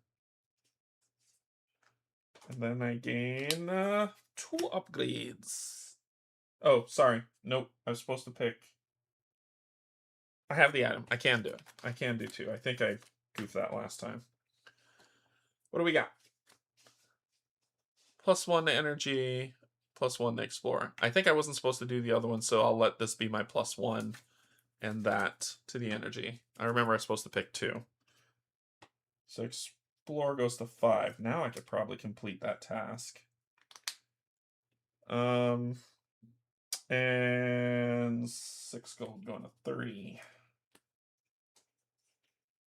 Double rewards. Alright. Kill them both. They're dead. And we completed the bounty. This time we don't have to turn it in as at a city. Which will gain 1 gold and a rando fragmento ring. I'll do the 2 and the fight 2. So fight 2, go to 19, and 2 more upgrades. Boy. +1 to all abilities, and pick 2 +1. So +1 to all abilities. So this is going to go to 20. This one's going to go to 11. So now my defense is getting better. 6 and 7. So that's that one. Then this one, pick 2. We're going to do 1 here. 6. And nothing beats getting stronger. 21. So our one-shot stuff. Oh, and because I drew those 2. Boop, boop. Were they on the previous ones too? Doop, doop. Yes, that one should have gone. Oh, I think I did race that one. These I got at the beginning. Yeah, I must have goofed somewhere. It's okay. It's just a game. And we discard this fragment. This quest, sorry. Where did I put these? Yeah, I'll put them over here. Quest complete. Okay. We can now go back and deal with that thing. This goes to 4.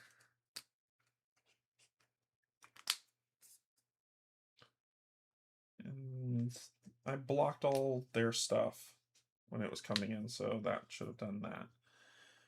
Alright. This time we're going to push it to get back over there. We're going to push it real good. So we can recklessly move to get... we'll take 2 energy drain. I just move 6. 1, 2, 3, 4, 5, 6. 1, 2, 3, 4, 5, 6, which will get us there. I roll this and this. Nope. And then and I was healed 1 and 1. It's 10, 11.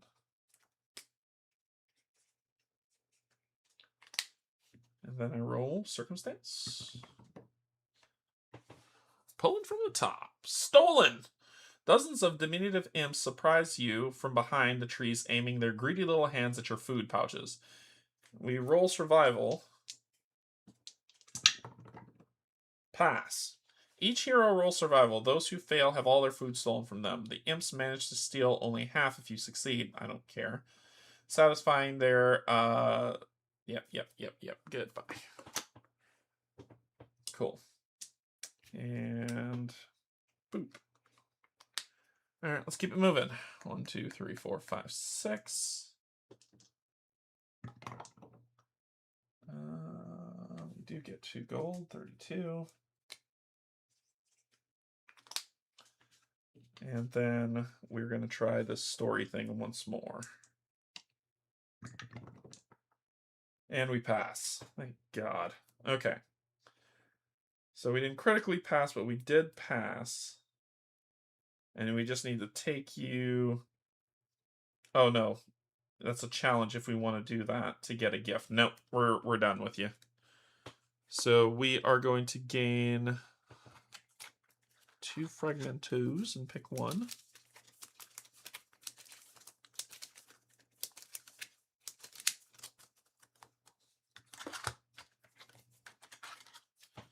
The cane and the crown. Let's do this one. Crown. I'm going to gain +1 to this, going to 7. And 2 more. Let's get strong. All right. So because I increased it by 2, I'll ignore this one, but I'll get +1 health and +1 fight. It's 22. And +1 health would just be 12, and this would be 11. 12, 11. I did move, which would have healed me 1, and this would have gone to 12.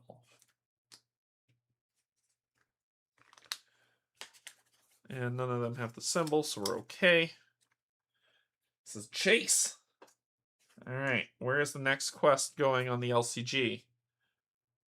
And in the last hero duel, an enthralled city.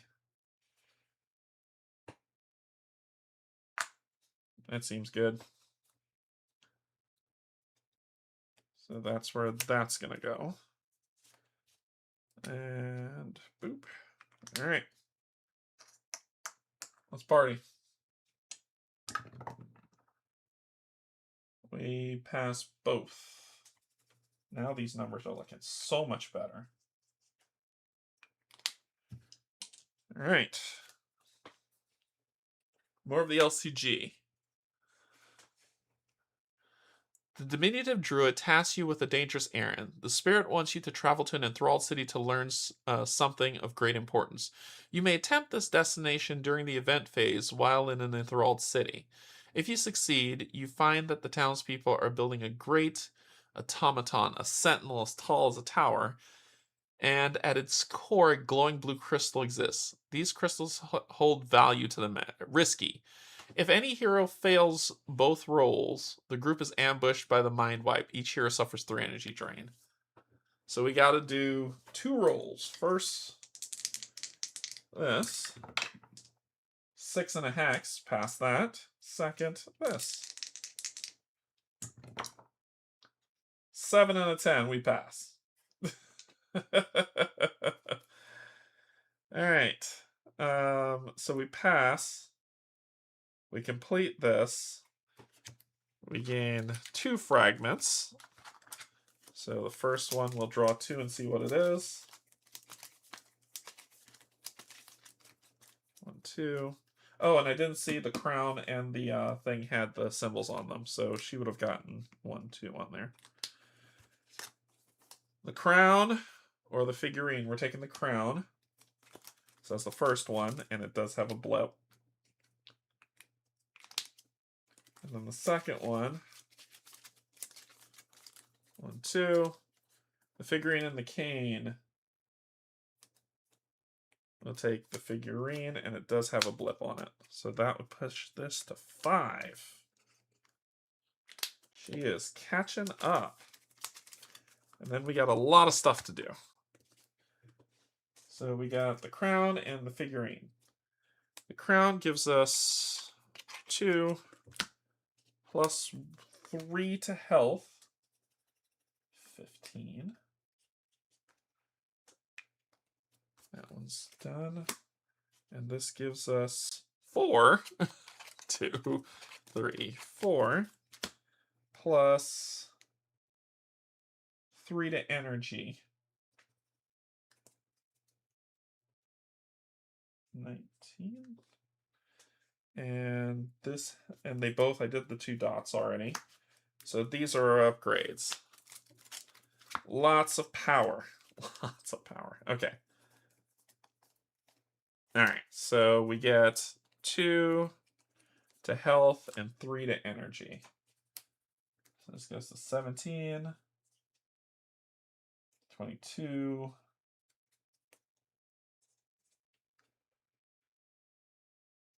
So these are done. This goes to 11, 12, 13, 23, and 8.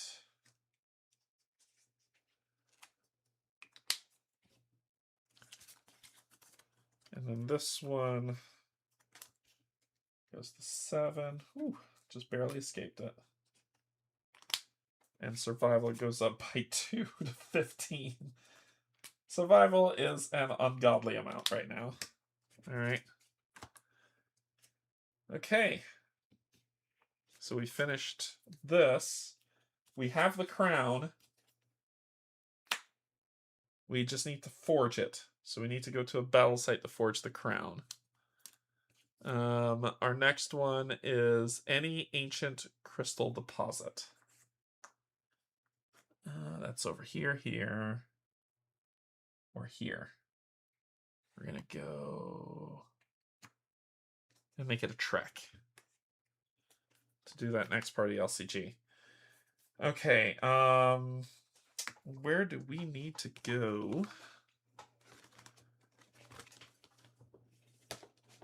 for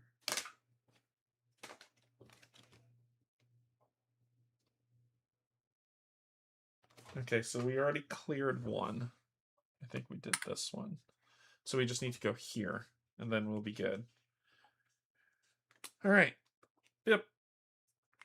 Let's go cautiously. 1, 2. Enter the glade.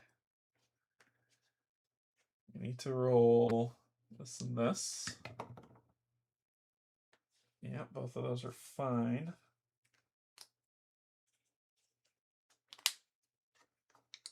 Now, we're about to hit an encounter. We're going to forge the crown.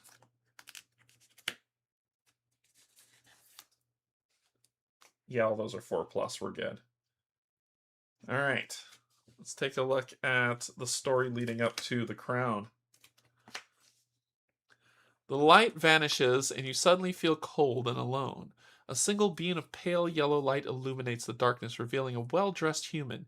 He turns and sees you with rage in his eyes, a broken crown clutched in his hands.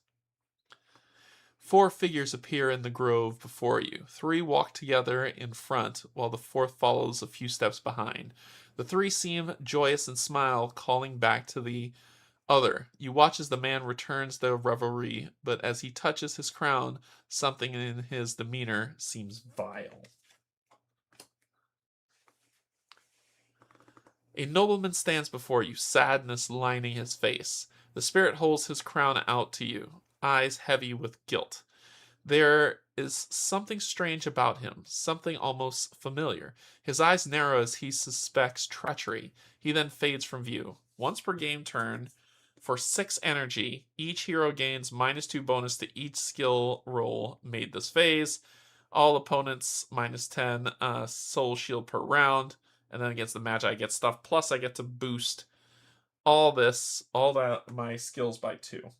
But we're not done. So all these get boosted by 2. This is going to be 9, 9. And some ungodly number, 17. All right. Here's where it gets interesting. Because as soon as I gain this, I get attacked. I think it's the crown that draws him out. The moment the heroes gain the last of the 2 fragments, the battle with the noble triggers. If the heroes manage to defeat or influence him, they gain the completed relic as part of their reward. If the group flees the battle before you defeat him, you may travel to the corresponding battle site. So let's fight him. The Noble. Level 3. I don't care about his influence. He doesn't have a soul link, and I'm going to beat the tar out of this man for 45 health, though. This is going to be interesting. 45, 35, and a soul link is 50, but I'm not trying to... I don't want to convince you of crap. So, let's... And I did a lot of walking, which would put me at... I did a lot of walking and then boost up. I should have been at 15, so this will put me at 14. Come and get it. 1. Single target health and explore. 1 target suffers 5 health damage. Block it. If the target fails a roll, they become frightened. The noble reaches out and grasps the target, flooding them with intense memories. And this is a explore roll. Pass. And I blocked it, which means I get a health boost. Going to 18. This gets a 1.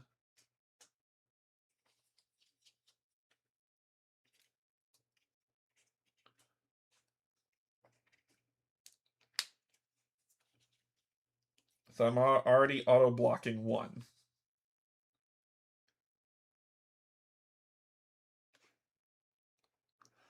All right. So... And I hit you for 23. 22 health. Don't roll a 1 again. So then we'll go to 13.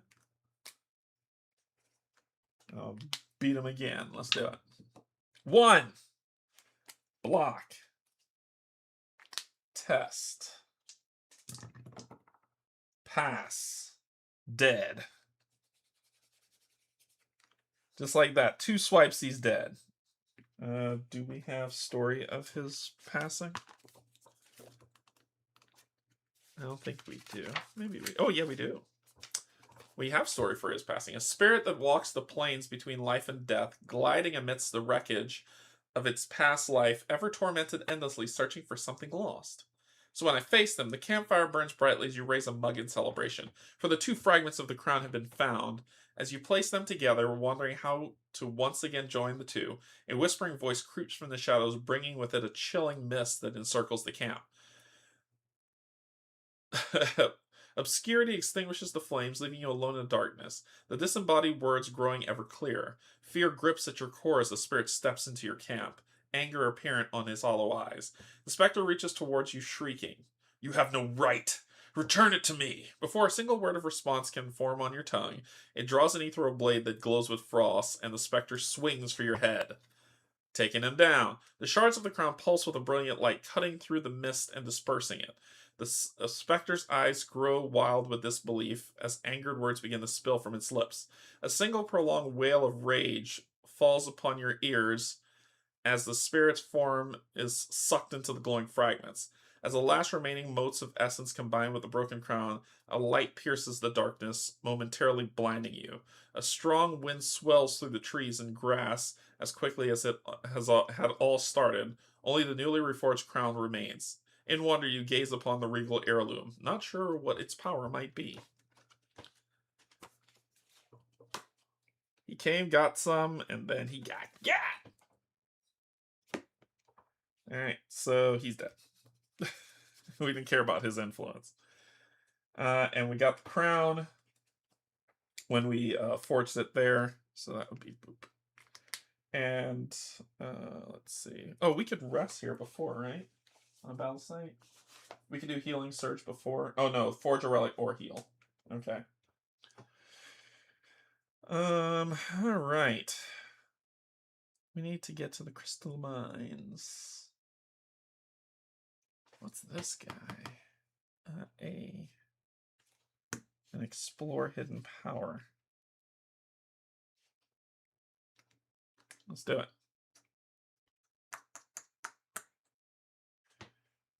And that will heal me to 14. I'll do a tonic.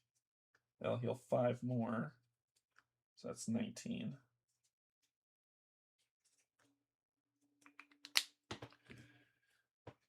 Alright.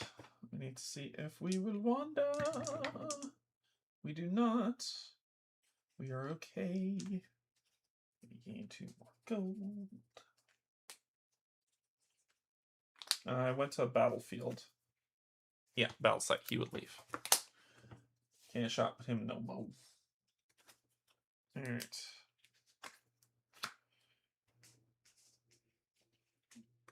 Then we are going to take on this task.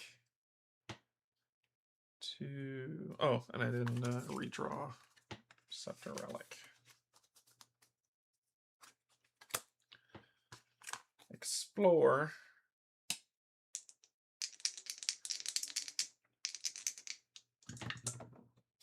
Pass. A large swath of forest is matted with thick, curling brambles, each one laced with innumerable poison barbs. Normally, one would avoid such a region at all costs, but an immense power is trapped in the cruel and twisted foliage. Each hero suffers 1 health and 1 energy damage while attempting this destination. So, 17, 18.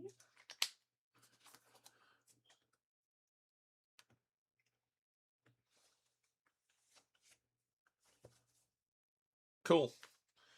We didn't crit success it, so that's okay. But we do gain 1 of these and 2 fragments. Well, 1 fragment, but you get what I'm saying. You know what I'm talking about.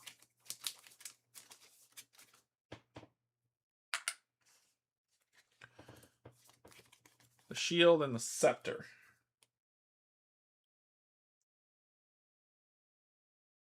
Take this one, the shield. And I gain 2 things off of this for gaining it. We're going to bump that health by 3. 21. 20. That feels a lot better. And gain 1, 2, 3, and 4. And they get a boop too. A boop. 1 health. 22, 21. Plus 3 health. So 4 health. 25, 24. So that takes care of these. They don't have a boop on them. And then energy is 2. 24. 20. And these will go to 8 and 9, respectively. Gotta stay one ahead. One ahead of her. Okay. You are done.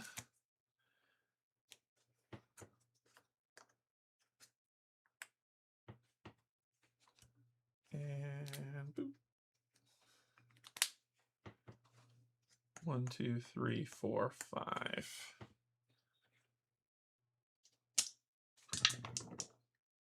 Nope, nope, nope, and nope. So this will go 40. Make sure I don't wander. Then we're going to encounter enemy number 3. I know I'm playing this very differently than, but this is kind of, like I said, fast game, have fun type of thing. Theranos. That's probably not a good name for something. And you're undead. Yes. Once known as the Guardians of the Forest, Theranos was sadly destroyed in the rebirth and then rebirthed by Sarthwothren, the Dark Dryad. Now the towering treant has different designs, and everything that he touches begins to rot and decay. The realm which he once protected now fears his thunderous steps and poison touch. Be careful that you do not begin to rot as well. A feeling of anger burns inside you. Fun. No, this is only sadness. A feeling of anger burns inside you while venturing past the rotting trees, the dead grass, and the dried streams left in Theranos' wake. Sadly, it seems that the stories of the treant's widespread decay are indeed true. Suddenly, the ground begins to rumble. You frantically turn, throwing your gaze in every direction until you see him pushing through the trees. Theranos is tall and horrifying, causing the very air to stink of decay and death. His twisted features approach you. Furious, you watch every plant and tree discolor and wilt as he passes. Oh, it's about to be... Yeah, they're about to get hurt. This is him.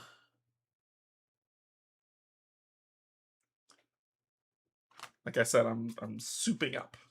So don't take this as, oh, this is how you play the game rules. No, I've drastically homebrewed this. House ruled this. Just to move it quickly, but you'll get the sense of sandbox exploration. And he is a bounty too. So I gain 2 from killing him and 2 more from the bounty. Alright. Well, let's get this party started, right? Quickly, right? Hex. Defend 4. Group health and navigate. A swarm of hornets overwhelms the group, dealing 2 health damage to each target. Targets who suffer damage become poisoned. Yeah, I'm not going to suffer any damage. I'm just going to block that. Okay. So...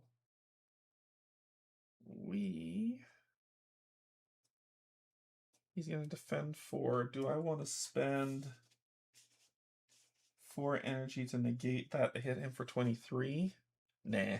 He'll defend 4. He's undead. I get to roll my die. So 4. So I'm hitting him for 27. He blocks 4, so I'm hitting him for 23. I'm okay with that. 23. So that takes him to 15 health. And I need to roll a navigate check. Pass. So, yeah, that happened to you. And I blocked all your damage. And I can't upgrade my sword, which is making me mad. I have the money. I would just do a full upgrade on the sword if I could. Okay. Then let's do it again. I'm not satisfied until I hit him with the 2. The foul ooze covers their asses. Heroes who dealt damage this round have their weapons stuck in this rotten bark and deal half damage. Okay. Let's see how much I'm boosting it by. So that's 3. So that'd be 26. Half of 26 is what? 13?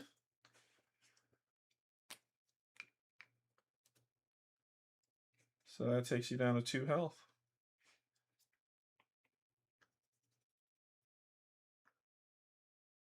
Hope you do well this round. Alright, so he's going to defend 4. I'm hitting him for 25, which is more than enough. And I pass the check. He's dead.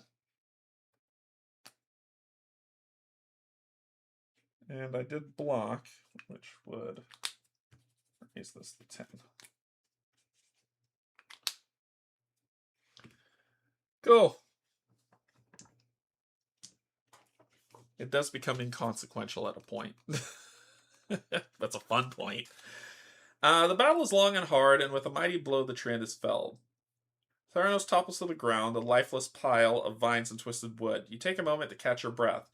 When the fiend's hand cracks and opens, a fragment spills forth, rolling to the ground. Quickly you seize it, taking with what other spoils are found.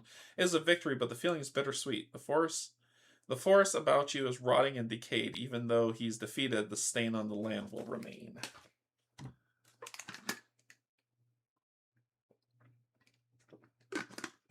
So first, let's see, we're going to get a lot of stuff here. So first, draw 2, pick 1.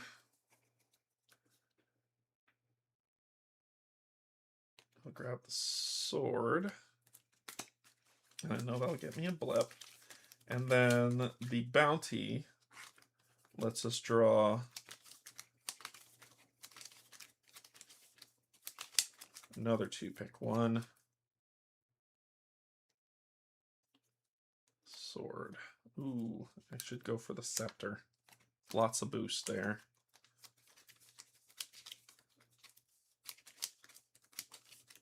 Alright. So I gained these 2, which will give me 2 blips, which will put you at 6.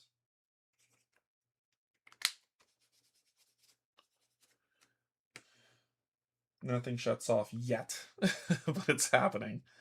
Then I gain 1, 2, 3, 4. 1, 2, 3, 4. 1, 2. Like I said, I'm house ruling a lot. So you're like, wow, you're power leveling. I am, because this is a stream. Alright, and that's good. Alright, let's boost up some stuff. Attack goes up by, so that's that, and then I get to pick 1 more. We're going to boost attack by 4. I'm going to 27.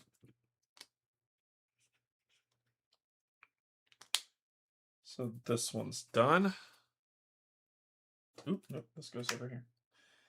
And then we're going to boost energy by 3. Going to 27. 20. And this one is done. Then 7 gold.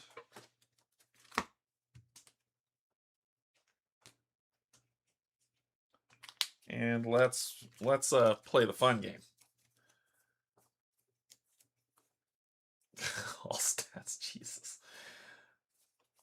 All right, so first let's check and see how much she won. So her influence is only 2, so I'm getting 2 dots. Boop, boop.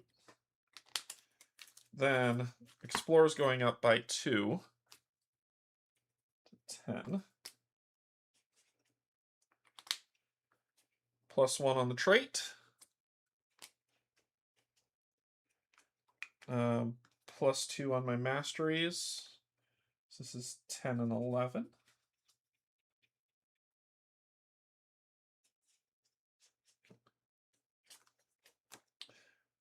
This goes to 14, and this goes to 11.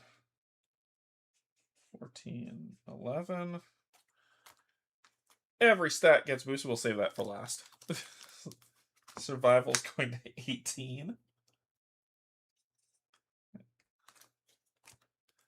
First mastery +2, 13.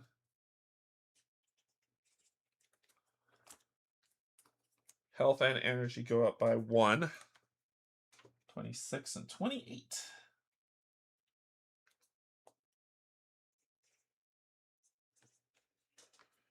Second mastery goes up by 3. 14. And then everything goes up by 1. Everything. And also traits. So, boop.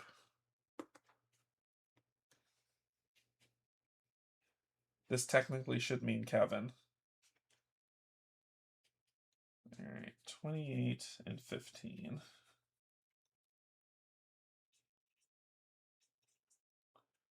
14 and 15.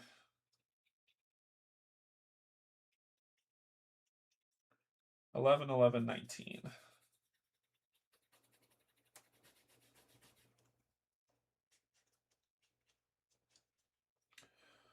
And this is 27, 29.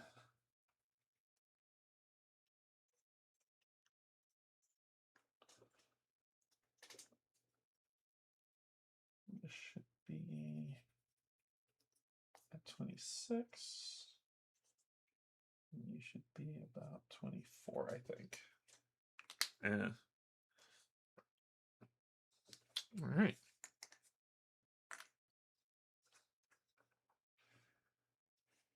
Honestly, we could go face her now and end this, but the LCG is our aim, right? And she will get a boop. And then we are going 1, 2, 3, 4 for the LCG. And that's this and this, which doesn't matter. We pass all of it. All right. Through Rue's... Oh, we probably need to see this. Through Rue's memories, you've learned that these ancient crystals possess a latent power likely useful to Adrimon. She encourages you to find and harvest them. Travel to any crystal deposit location and roll Explore and Survival. If you succeed on both, you may attempt to harvest up to 5 crystals during the event phase. And if you would an essence vine, each crystal may be used in combat as if it were an item to deal 20 damage to an opponent's soul shield or their influence. Each crystal may only be used once.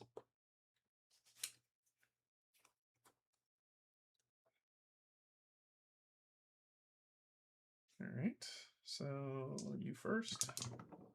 Pass. You second. Pass. So we finished this, and we gain 2 of these for our trouble. Explore and navigate goes up by 1. 12 and 12. No one should game this powerful, so you know it's broken. The last hero. Okay, this is gonna go on a tile that I didn't put out. So what we're gonna do is we're gonna put it at like this mountain thing.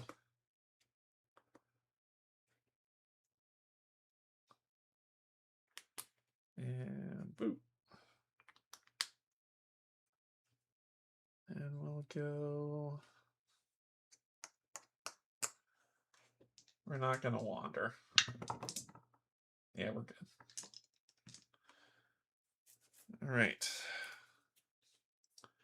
Panashi-Roo continues to flood your consciousness with memories from a long time ago, when the forest was pure and wild. You see a gate and witness Adrimon's first steps into the Greenfire Forest, but Roo's memories are clouded and imperfect.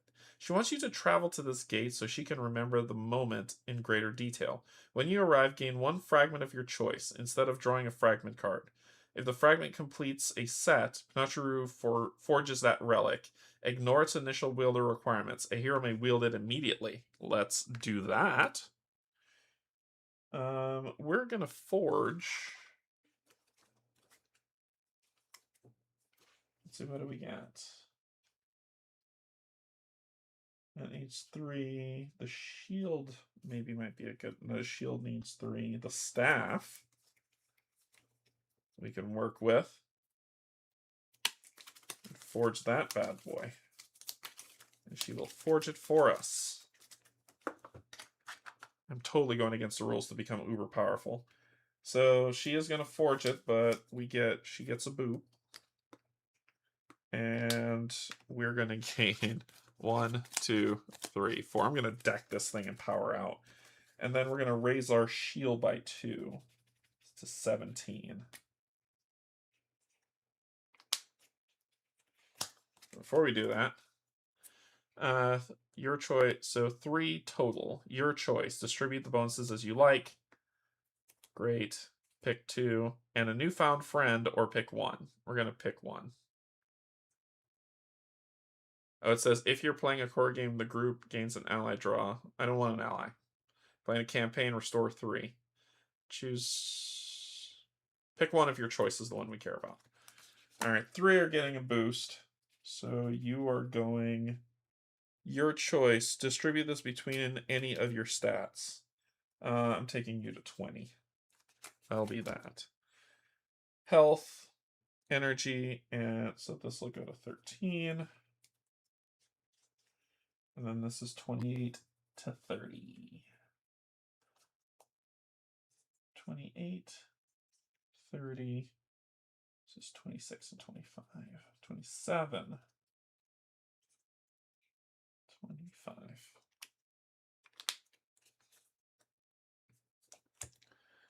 Pick 2. What do you get? 6. You're going to go to 29. You're going to go to 30 because I'm going to use it on that one. So you're going to 30. And then the other pick 1 will be this to 29.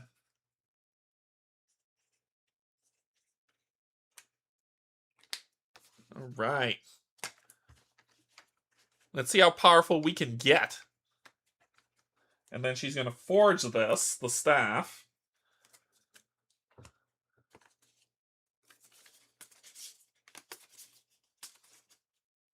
Oh, where's the staff? Great sword, cane of the traveler. Is it cane of the traveler? I think it might be the cane. No, it's not that. Uh-oh. I am missing something. We could just call it. Yeah, I'm missing. That's somewhere in my box that I forgot to take out. That's okay. That's all right. We are strong enough. We don't need the staff. Okay, this will go to 7. And what is our next? K. Where's K? All the way over here. Jeez. Take old tree.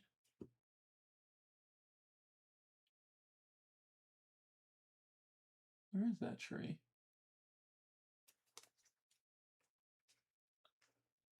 Oh, here it is. Goes there. My gosh. Hey, Greg. We have a lot more to go before we we finish out our LCG. So I think I'm gonna go kill her. I think we're gonna face her now. We're good enough. We could probably take her down. So I'm gonna take a tonic, and that'll boost.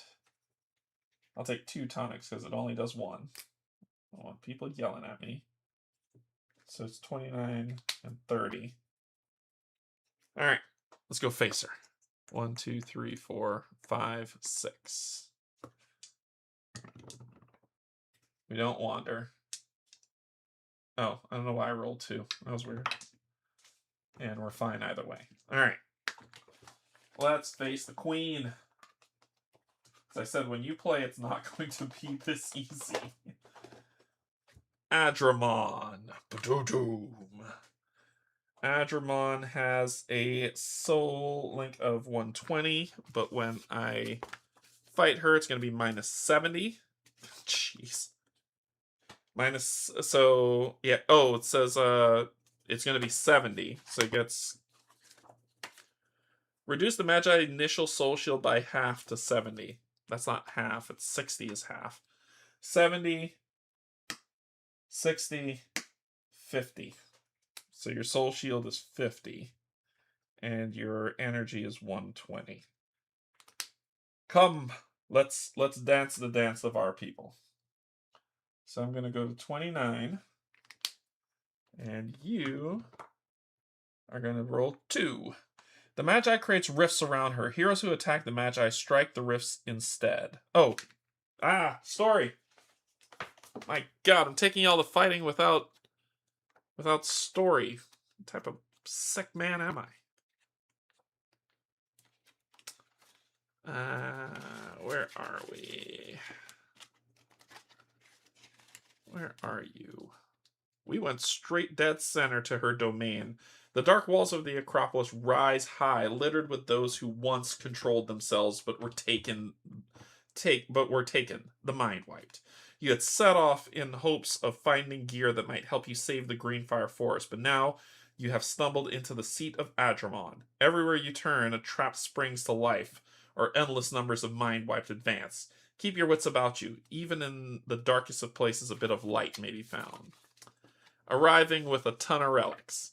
As you approach Adrimon, the relics in your possession begin to pulse with a brilliant power. Their energy flows through you, granting a shred of hope that the sorceress' reign of terror will end here. Taking a last deep breath, you step forward and face her. The strings of the sorceress's powers float about the room, weaving an intricate pattern that can come to rest within her vile hands. She smirks and laughs, saying, "So, you have finally come to face me. Good." She pulls her hands to her sides, and the strands tighten around her, pulsing with a vibrant blue light, which flows into her body. "Even so armed, you cannot hope to win. Lay down your weapons, and maybe I shall let you live." All right, so let's dance, lady. Let's party. All right, she rolled a 2. The Magi creates rifts around her. Heroes who attack the Magi strike the rifts instead. Reflect all damage done to the Magi this round. A successful Explorer roll reduces the amount reflected in half. Ooh, let's shut that down. We're going to spend 4 energy. Going to 25. No. We're cutting those strands. Because it says, a couple things.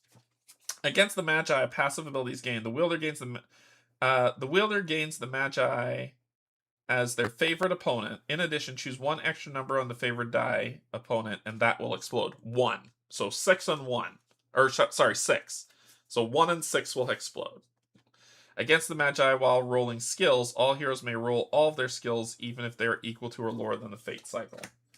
So we need to test Explore. Pass. So I negated, and you're my favorite foe. Because it says once per game turn for 4 energy, negate all that defend value stuff. So I negate that. You're taking a blast of 33. Let's hear her out. 33 minus 50 is what? 18? 18. It's 17. 17.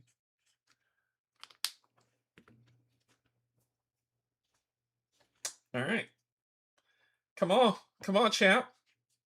I could do this all day. 24. You ain't reflected jack. She's going to try to do it again. I'm going to burn 4 because it said once per game turn. 20. Oh no, it's once per combat. Yikes. It's once per combat. That's not good. That is not good. Pass. So I'm going to get hit for 15. Well, I blocked 1, which would have raised this to 30. And she just hit me for, I blocked 10. So it would have been 15, 10, 5, 25. And this would be boot, boot, 2. That hurt. That hurt. All right, let's do 3. If she rolls a 2 again, I'm going to be pissed. 1. Energy and single target survival. Add 2 turns to the fate track. Each hero suffers piercing energy drain equal to twice the fate cycle. Oh. 14. Yikes. Each time a hero receives health damage from this attack, increase the fate track by 1. The hero who fails survival becomes bound to another hero. Yikes. Okay. If I had the staff, I could have negated that. But I don't. That sucked. Okay. So I'm going to hit her for 34. So 20, 34. Bad math. Bad math.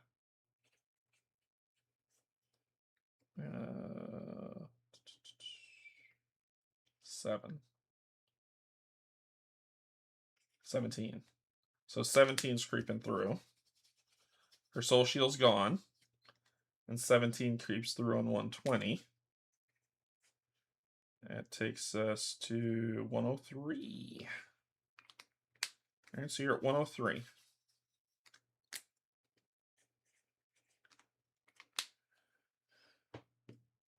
Oof. And she's going to hit me for 14. Add 2 turns twice. So 14 minus 10 is 4, taking me to 21.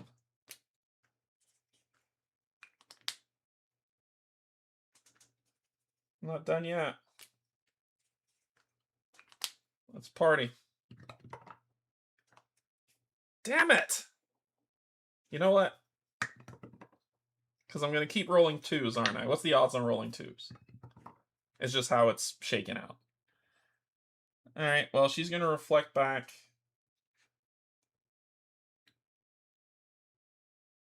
Halved.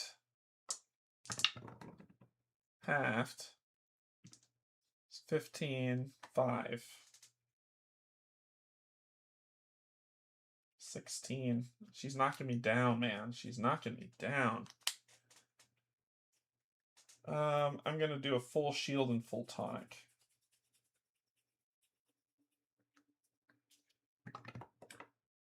Five.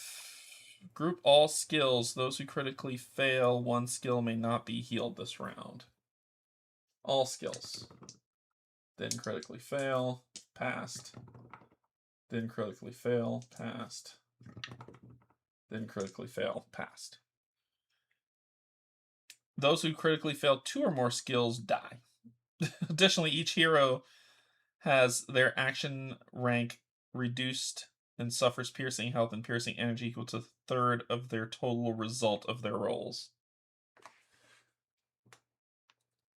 So, critically fail 1 skill may not be healed. Critically fail 2 skills have health drop to 0. Additionally, each hero has their action rank reduced and suffers piercing health and piercing energy damage equal to 1/3 of the total result of their rolls. I don't know what that means. Yeah, I don't know what that means. And at the beginning of each combat round is supposed to increase. I did not read that. So we had 2 rounds so far. I just defended. So whatever I'm getting hit with, I'm blocking.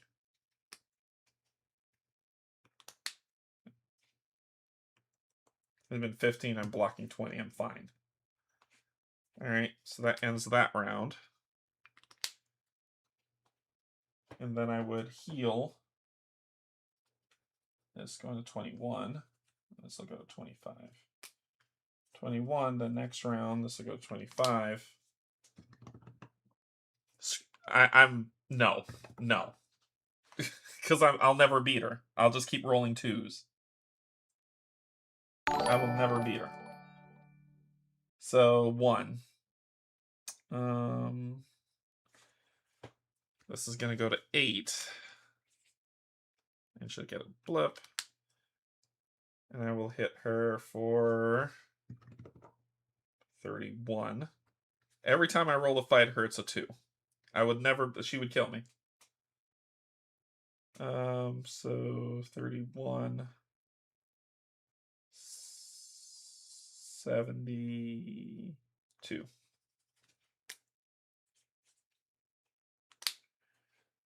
I bet you, watch, I'm gonna do it again. Watch is gonna land on the 2. You ready? 24. And she would hit me for 8 times 2, 16, 10. So 6 would get through. Put me at 15. I got nothing else. Time and opportunity. Alright, so now I need to test all my... Basically, pass all your skills or take a lot of damage. And I didn't do the blip for that. So I passed them all. Because this is a D10, and I've never critically failed. So... I'm hitting you for 15 plus 21, 23. This would be 6, 12, 9, 49. 49.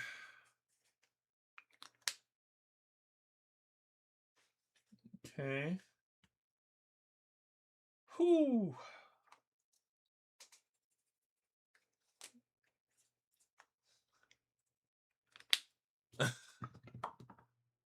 Five. I'm gonna pass all the tests. I'll just make sure I don't roll a 10.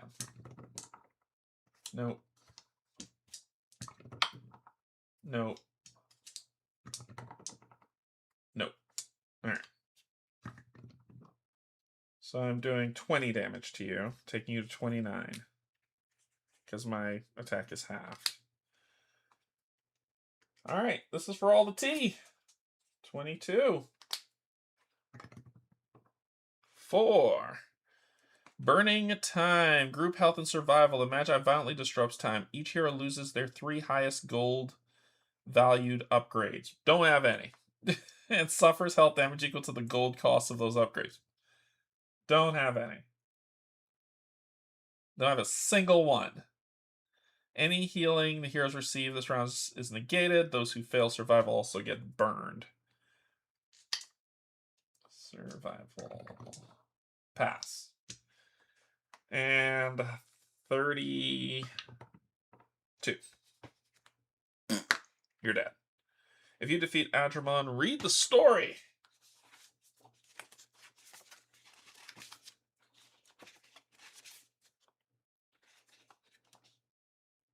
The air begins to crackle with an unearthly power as the sorceress falls to her knees. She looks at you with an expression of wild disbelief and screams, "This is not possible! The forest is mine! Its power is mine! I will not let you defeat me!" You watch as Adrimon attempts to struggle to her feet, feeling no pity or remorse for her actions. Her hands extend towards you, and a golden spool wrapped in blue thread clutched in her hand. "Obey me! Serve me! Worship me!" she yells as her voice breaks. Suddenly the threads which flow from the spool brighten, and the crackle of power grows, making your hair stand on end. From the hall you can hear the sounds of footsteps, and beyond that the cries of the mind wiped. They are angry, enraged that anyone would have hurt their goddess. They are answering her call. The hallway echoes with their approach, and you feel your stomach turn into a pit of dread. Then something wonderful happens. The spools begin to radiate with a blinding blue light, surging energy through its strands, and suddenly they begin to break. The Magi screams in horror and falls as the spool wrests itself from her grasp and hits the ground. The light fades, and you uncover your eyes, uncertain of what you will see. There before you lies Adrimon, stripped of her power and alone. The magic that had charged the air dissipates, and from beyond the chamber confused words can be heard. Inch by inch the sorceress attempts to crawl forward, the golden spool mere feet from her hands. "Don't abandon me," she begs, directed at the spool. You have had enough. You dash forward, kicking the fate spool beyond her grasp. The Magi looks up at you, her voice weak. "They loved me. They would have forever." The blue fades from her eyes, and a soft breeze blows through the doorway. Adrimon is defeated. The air smells less foul, and an endless darkness that you had forgotten was there lifts from your mind. From the hall comes laughter and tears of joy as those who were mind wiped regain their senses. You let out a long overdue sigh of relief and fall to your knees, thankful that this nightmare has finally ended. The forest is safe, and all who live within it have been released from their burden. With a smile on your face, you walk towards the door, excited to take your first step in a bright new world. There must be 1,000 people outside. They need to know what has happened here. The end. So, yay, she's been beaten. But, yeah. That be that. The Enraged Elemental, that would have been a fun fight. 6 power-up cards. How much stronger could I have gotten? Lots of super strengthiness to be had. Lots and lots and lots and lots and lots and lots and lots and lots and lots of super strengthiness.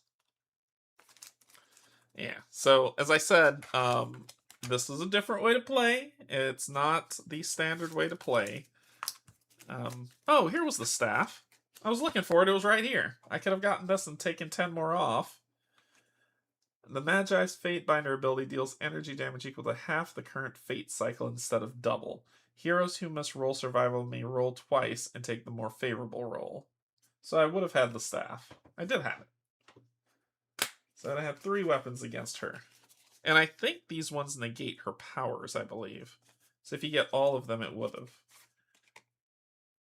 The ring would have been cool. Scepter, this. Yeah, so these are all the weapons that you can get to face her as you go. I think the cool part of this game, though... Oh, let me get the... Where is that? This one. I think the cool part of this game, though, is that you can play it however you want, right? Circumstance. And fragments. Yeah, you can play it however you want. You could do like I did and just kind of say, I'm going to house rule some stuff to make me super powerful so you can play through it quickly, or not.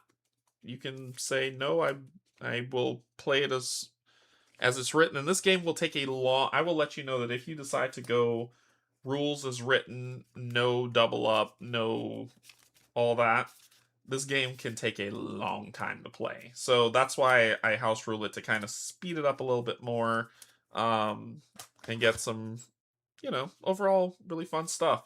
I would have loved to finish, like, have one where I play the LCG and see how it goes, which is what I was trying to do. I got through 5 of the 12, so I was almost halfway through the LCG, which would have been fighting C, fighting B, doing a Grove Incursion, doing a survival check, a duelist, and then the navigate one. And I think the navigate, that'll complete that LCG piece. We replace the Magi as the evil lord of yeah, pretty much. But yep. This is number 6, right? 1, 2, 3, 4, 5, 6. There we go. There's also other ways you can play. You can add perils to the game. So that is... Come on. That is these cards. So you could draw a peril and deal with what that peril is, based on what you're going to do. There's also another side story called Elowin's Errand that you can run, which is an event. And you could just run through those events, basically doing the entire errand to complete things as you play. And yeah, that's pretty much how that shakes out. But overall, I still like this game a lot. So the next one will be Sansa Shirax, and I'm going to have to shorten that one down too, because even in short mode, even playing it in like quick play, double up, all that other stuff, that one takes a minute. But I will play it, and I will adapt some rules to it to just kind of make it palatable for people who want to watch on stream. You can, like I said, if you decide to purchase the game, you can follow the rules as written. I'm just gonna let you know it's gonna be a long play. But I plan to do that. Like I said, I'll do stuff to make it a little bit shorter and more palatable for play. Because right now we're at 3 hours, right? We're at 3 hours and I played like powering myself up insanely fast and doing fun stuff. So imagine how long it takes if you don't. Brad lives on, and Kevin brought him back. So we'll pick the next hero to take on for the next fight, which should be fun. I'll get that scheduled. I might play it this Sunday, depending on how I feel. Hopefully, I'll feel fine. But let's go up to the top, because it's about to get nutty. So, tomorrow, Mark will be here, and we're playing Lands of Evershade, Song of Luata. We'll play through two acts, and then, well, we'll play through, oh, God. Book 3... Chapter 3, act, but whatever. We're playing through 2 things in full. And then Saturday he'll be back and we'll play through the other 2, finishing off Book 3 of the Song of Luata. And we'll be done with that. Then Sunday, if my brain can handle it, I'll do Sansa Shirax. And that'll be a really nice, fun weekend of board gaming for the holiday. So, cool.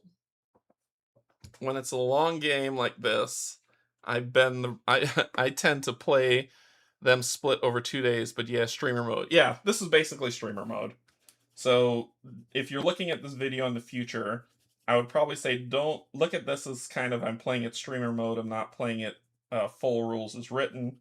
So you can actually get just a feel for the game of how sandboxy the game is and how you can explore stuff and really enjoy it. So I think that should be good. Cool.